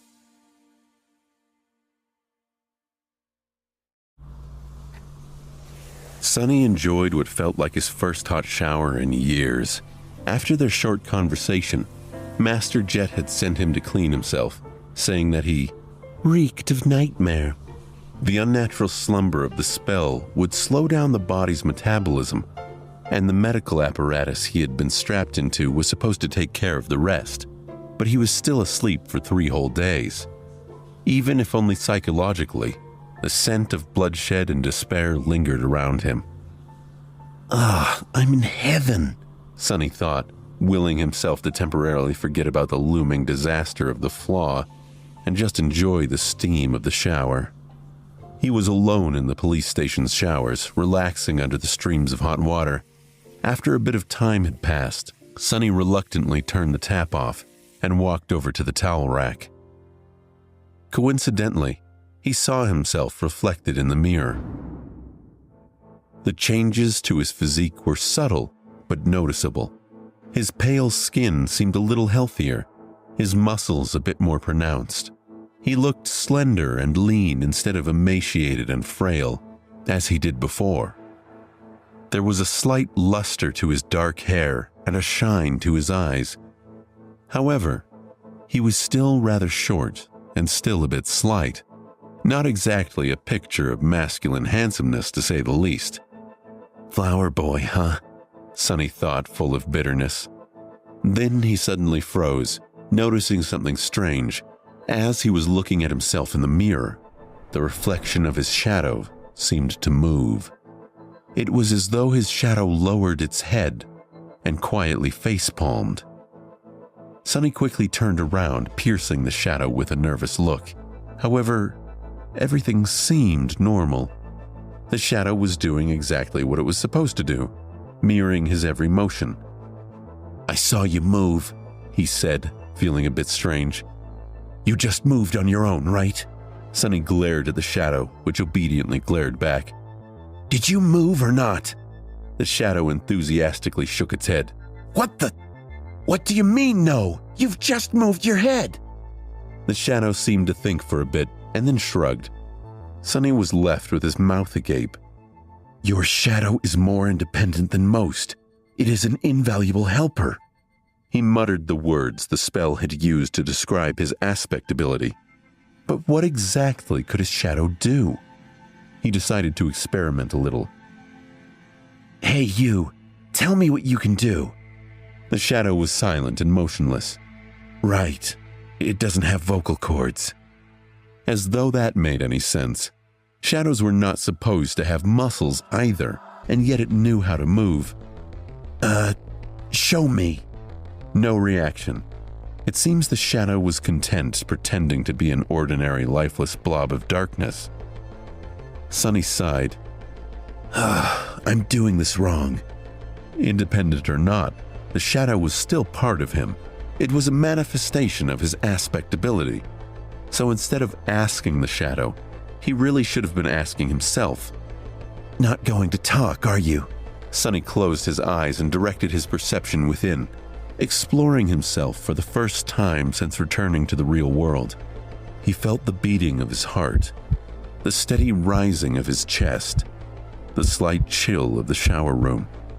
He heard droplets of water falling on the tiled floor, felt the movement of filtered air against his skin, and there, on the very verge of his consciousness, something new, a completely new sense.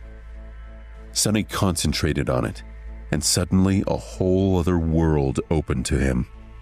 It was hard to describe with words, just like one would have trouble explaining how hearing feels or touch feels.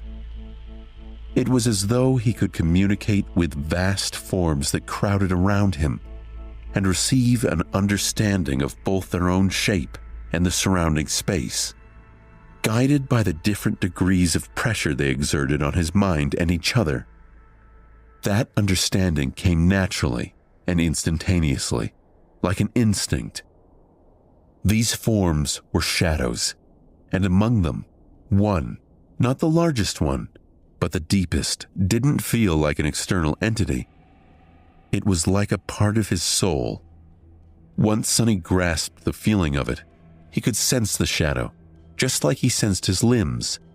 The only thing was that his limbs were made out of flesh, and the shadow was made from the absence of light. Sonny opened his eyes and looked at the shadow. Then, with a thought, he willed it to raise an arm. The shadow raised an arm. He willed it to sit, stand, turn around, kick. Then he willed it to change shape, turning into a circle, then a line, then a monster, and finally back to his own silhouette. The shadow was mercurial and fluid, like water. The only constant was its size. Ha! How about that? The shadow pouted, then reluctantly raised its thumbs. But how are you useful? He willed the shadow to strike the towel rack. It obediently moved and delivered a powerful kick. Of course, since it was just a shadow, its leg passed over the towels harmlessly, not even causing them to sway a little. Is that all you can do? In his mind, the image of shadow tentacles tearing the mighty tyrant into little pieces cracked and shattered mercilessly. It seemed he would not be competing with Shadow God any time soon. How regretful. The shadow looked at him with disdain, then it shrugged and stopped moving altogether, clearly offended. Sonny sighed and took a towel off the rack. All right, I will explore that later. A few minutes after that, he was wearing a clean police-issued tracksuit and heading for the cafeteria.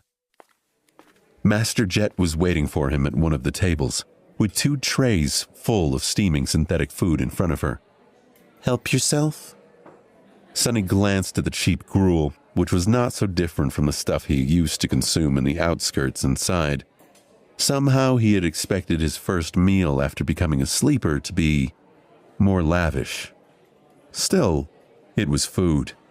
He sat down and began to wolf down the gruel ravenously. He was very, very hungry. In the process, his thoughts began to wander. Sonny stole a glance at Jet and wondered. The spell told him to find a master, and the next thing he knew, a woman was calling herself master right in front of him. He tried to imagine being an obedient slave to someone like her. Weird thoughts started to appear in his mind. You know what, Sonny? He thought with dark irony. Knowing your luck, this would be a perfect moment for her to ask. What are you thinking about?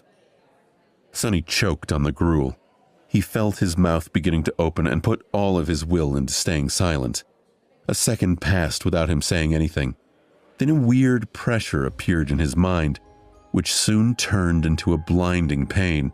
He endured it for a couple more seconds before giving up. I was thinking that it would be a perfect moment for you to ask me about what I am thinking, he finally said. Jet gave him a weird look. All right. Are you almost finished with your food? Sonny nodded. Then I'll begin. As per protocol, I am obligated to inform you of a few things.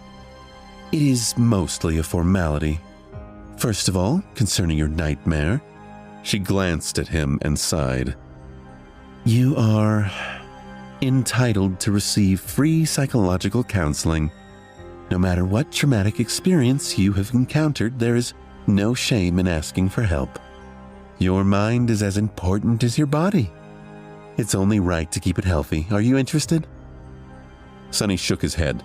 Jet shrugged and continued. As you wish. You can also talk to me. Was it very hard? How could he answer? It was simultaneously much worse than I expected and exactly as bad as I expected. She nodded, satisfied with that explanation. That's a good attitude. I won't pry any farther. Us outskirt rats are way more resilient than people think. Sonny looked at her in surprise. Master Jet? You grew up in the outskirts? She grinned. What? You can't tell because of my exquisite manners and polished exterior? He blinked a couple of times, surprised. I couldn't tell at all. After thinking for a while, he added, Are there a lot of people like us among the awakened? Jet's smile disappeared. No, there's not. In fact, they can be counted on one hand. As expected, the odds were really stacked against people like them. That made the 3 stars on Jet's insignia even more exceptional. One day, I'll be a master too. If she can do it, why can't I? So, what happens now? What else are you obligated to tell me? Sonny had no idea what he was supposed to do after leaving the police station. The winter solstice was just several weeks away. Jet leaned back and answered, That's basically it.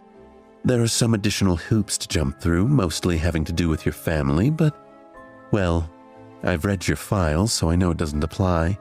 The only thing left is to decide how you will be preparing for your first journey into the dream realm. She looked at her communicator and grimaced. I must say your luck is exceptionally bad. You do not have much time to prepare. First of all, you are free to do what you want. No one is forcing you to make a certain decision. That is to say, you can choose to prepare on your own, or not prepare at all. Party until the lights go out. Sonny was not very well versed in partying. However, I would advise against that. As a sleeper, you are also entitled to enroll in the Awakened Academy. You'll be provided with food, lodging, and a wide choice of preparatory classes. This is late into the year. You won't be able to learn a lot, but it's better than nothing. She was silent for a few seconds, then added, More importantly, you will get acquainted with most of the people who will enter the dream realm with you. Some of them might become your companions for life.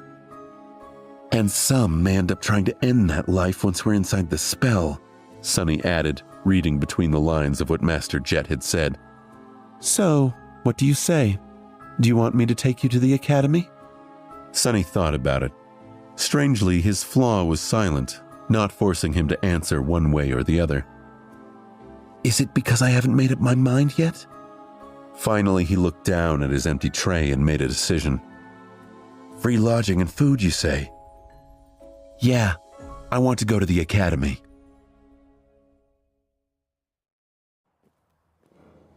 Sonny stood in front of the massive, seemingly indestructible red gates of the Awakened Academy. The academy looked like it was a city within a city, built like a fortress. It had a high wall made of hard alloy, a deep moat, and numerous large-caliber turrets, which were placed in certain positions to create a deadly air suppression dome.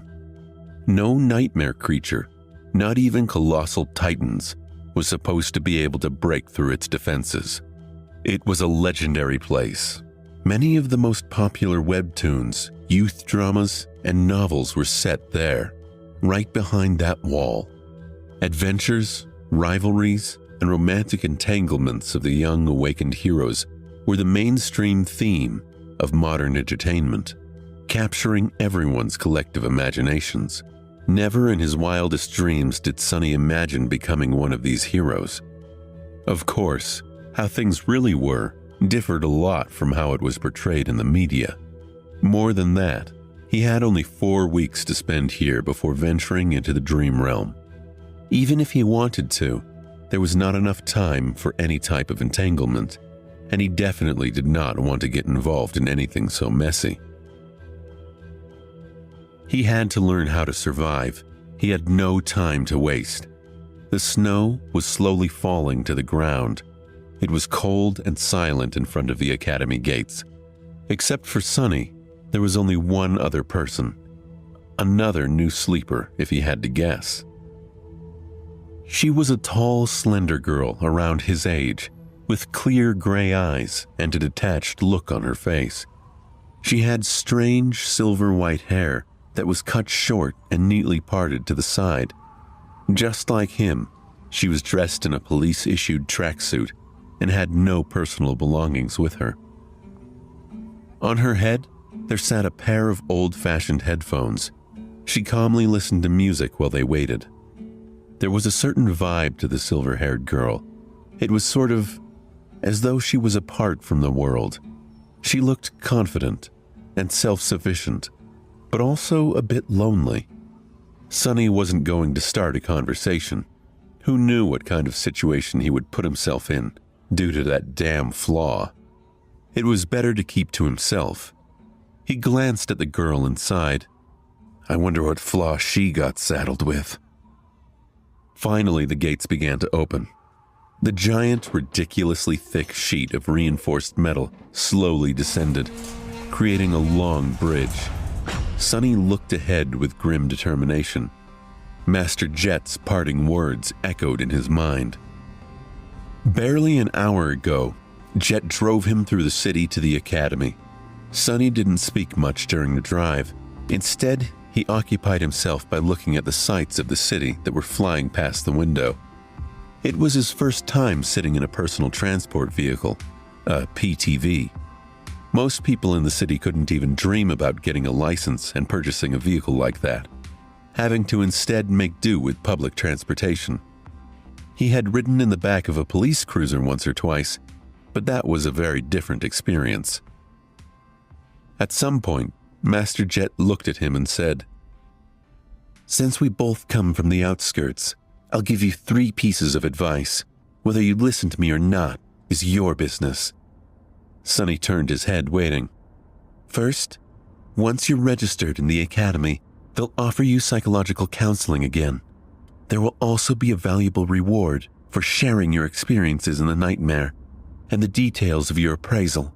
You'll be able to receive a soul shard, maybe even several of them. He frowned. Are you trying to convince me to visit a psychiatrist again? Jet shook her head. No, I'm telling you to refuse. Surprised, Sonny raised his eyebrows. Why? There was a pause before she answered. You're too green to understand, but out there in the dream realm, nightmare creatures are not the only danger. Once you grow powerful enough, humans will become an equal threat. The less they know about your aspect, the better. So that's how it is. The easiest way to defeat a powerful awakened is to use their flaw. That's why young fools in the academy are encouraged in various ways to share the details of their aspects.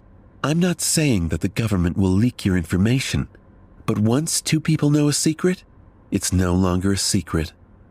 And there's a lot of people working for the government. That, unfortunately, made a lot of sense. Thank you, Master Jet. She gave him a nod. Second, there will be a lot of courses to choose from.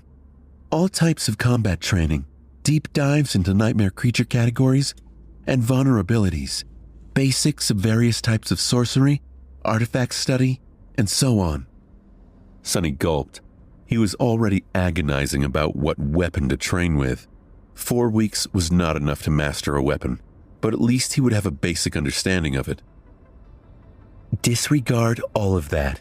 The only course you'll have time to attend is wilderness survival. He blinked. What? Jet glanced at him. It's different for city kids who learn all sorts of useful things in school and from their tutors. But we don't have that advantage, do we? What was the biggest threat to your life during the nightmare? Sonny thought about it. On the surface, the most dangerous thing he faced was the Tyrant, followed by Gregor, RO of the 9. But actually, what almost killed him in the end was the cold. Jet smiled. Smart. You only know how to survive in the city, but the dream realm is mostly made of wilderness. Do you know how to make a fire? How to procure food? How to find safe shelter? No. Fighting monsters is important, but it'll be useless if you die of hunger or exposure to the elements. Trust me, I've learned it the hard way. Sonny nodded, angry at himself. It was so obvious, yet he never even thought about these seemingly simple things. He was blinded by his past habits and experience.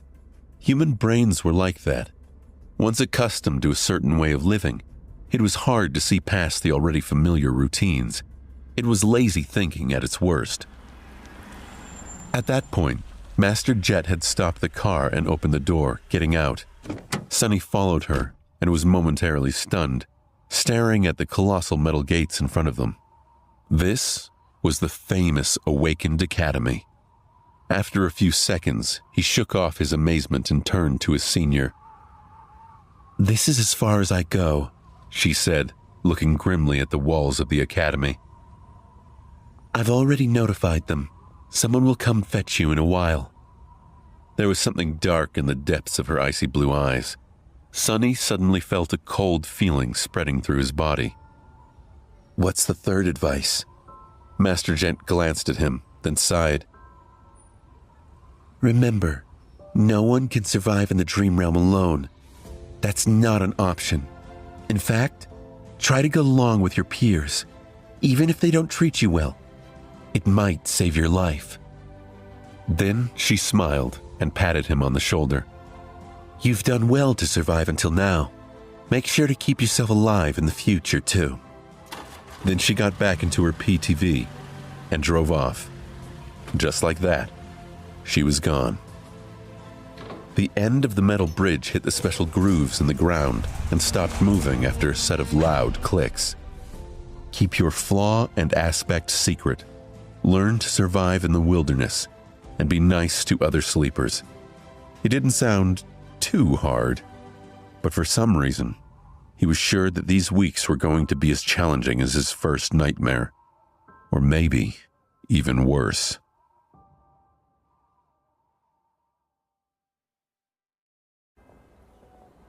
The sleeper part of the compound was relatively small and situated in the southern part of the academy, surrounded on all sides by training fields and parks. It was a low, modern building, constructed with reinforced materials. Like the majority of buildings in the academy, most of it was hidden below the ground, leaving only a couple of floors above it.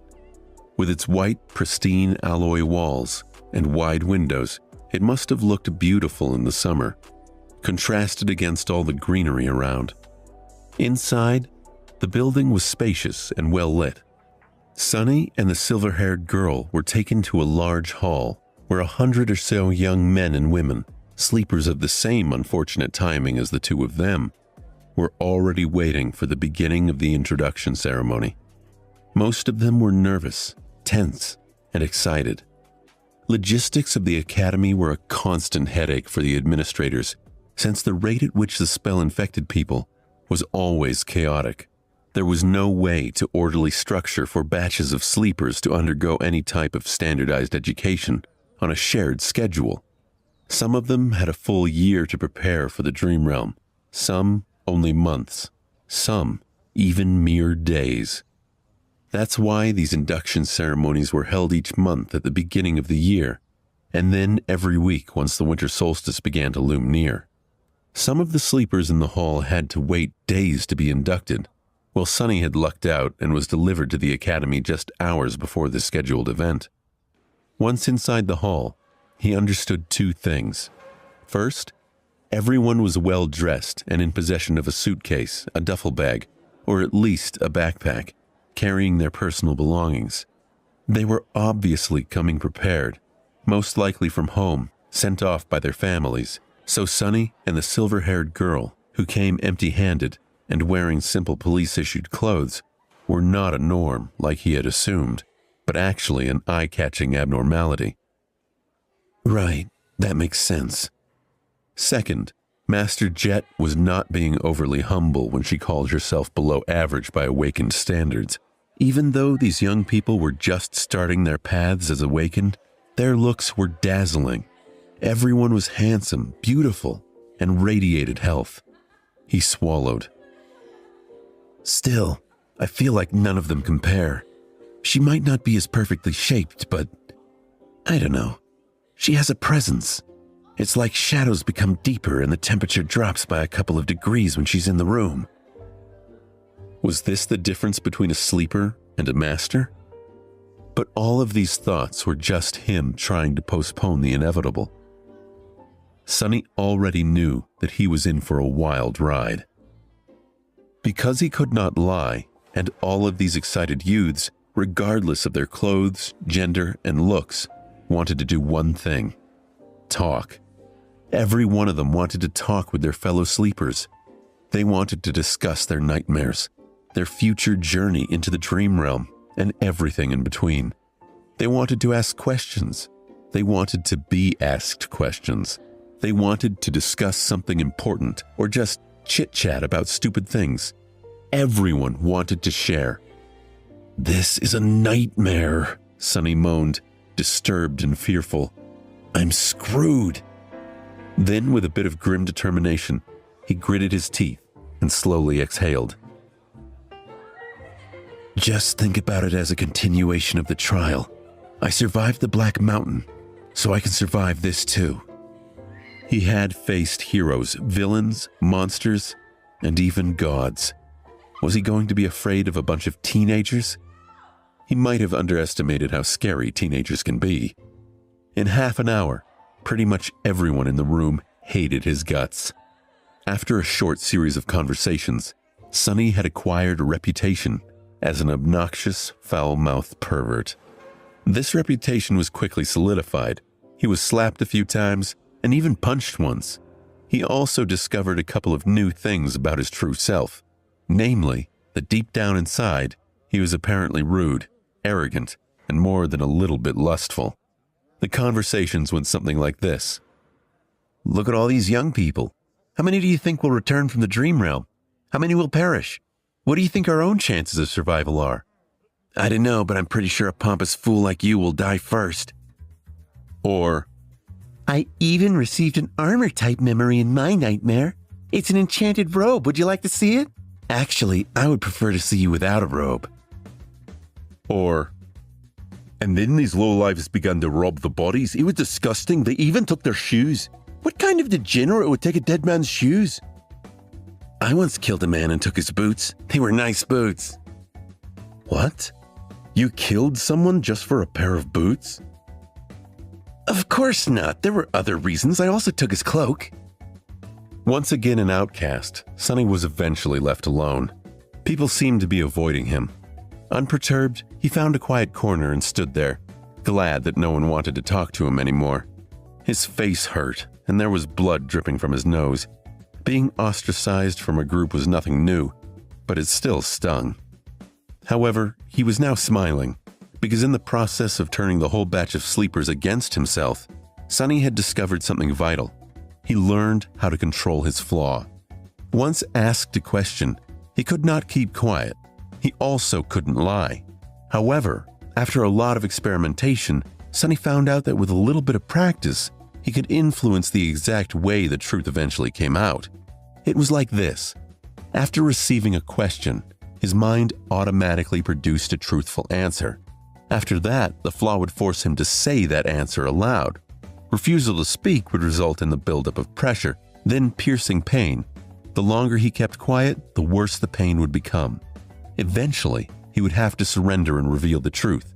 However, in these moments between receiving the question and surrendering to the pain, the actual wording of the answer could be changed. The more it strayed from the initial thought, the more resistance he would meet. Once again, in the form of pressure, then pain. It still had to be truthful, but it didn't have to be so stark. For example, if Master Jet were to catch him staring again and ask what he was looking at, instead of embarrassing himself, Sonny would have been able to endure a bit of pain and simply say, "You." That would still be the truth. However, the result would be entirely different. Hidden in the corner, Sonny grinned as he observed the sleepers. "This is good. This is great. This is something I can work with." He didn't have to lie to deceive a person. Sometimes truth was the best material for creating deceit. If used with a certain devious type of intelligence, the truth could be as misleading as lies. In one of his previous conversations, Sonny had confessed that he had once stolen boots from a dead man. The other guy was horrified and asked if he had really killed someone just for a pair of boots. The answer the flaw forced him to give was that there were other reasons and that he had also taken the man's cloak. The true reason for killing the veteran slaver was that he had whipped Sonny a few hours prior. He was also already dying. The cloak had nothing to do with the killing itself, but the wording of the answer created an impression that it did. Thus, two truthful statements, when put together, created an effect akin to a lie. This was just a simple example. With a lot of effort and intense thinking, Sonny could create other types of manipulative truths. It was going to be extremely difficult and risky, but it could be done. He just needed a bit of luck. It was time to put his theory into practice. Sonny didn't forget what his main goal was, to make sure that no one ever finds out his true name. To achieve that, he had to create an impression that he was the most pathetic, weak person in this whole building. Someone who would never receive a positive appraisal, let alone a divine aspect and a true name. However, since this would be a lie, he couldn't just go and say it. So how was he to convince everyone that he did not have a powerful aspect and an impressive record with the spell? His eyes fell on a particular group of sleepers. There were 5 or 6 of them, gathered around a tall young man who oozed confidence. The young man had brown hair and a gentle, handsome face. His eyes were green, with a hint of friendly humor. His posture, figure, and attentive gaze betrayed someone who went through extensive training. Everything about the young man screamed of nobility and strength. Just at that moment, one of his companions was saying with a tone of amazement, "Ascended? You've received an ascended aspect. What was your appraisal?" The young man smiled humbly. Oh, it was excellent. Sonny stopped in front of the group as though by accident. After hearing the young man's answer, he frowned and looked at him with disdain. Then, with a voice full of utter bewilderment, Sonny said, Ascended? Excellent? That's it? What's the big deal? The group of young men turned to him, gaping at him in stunned silence.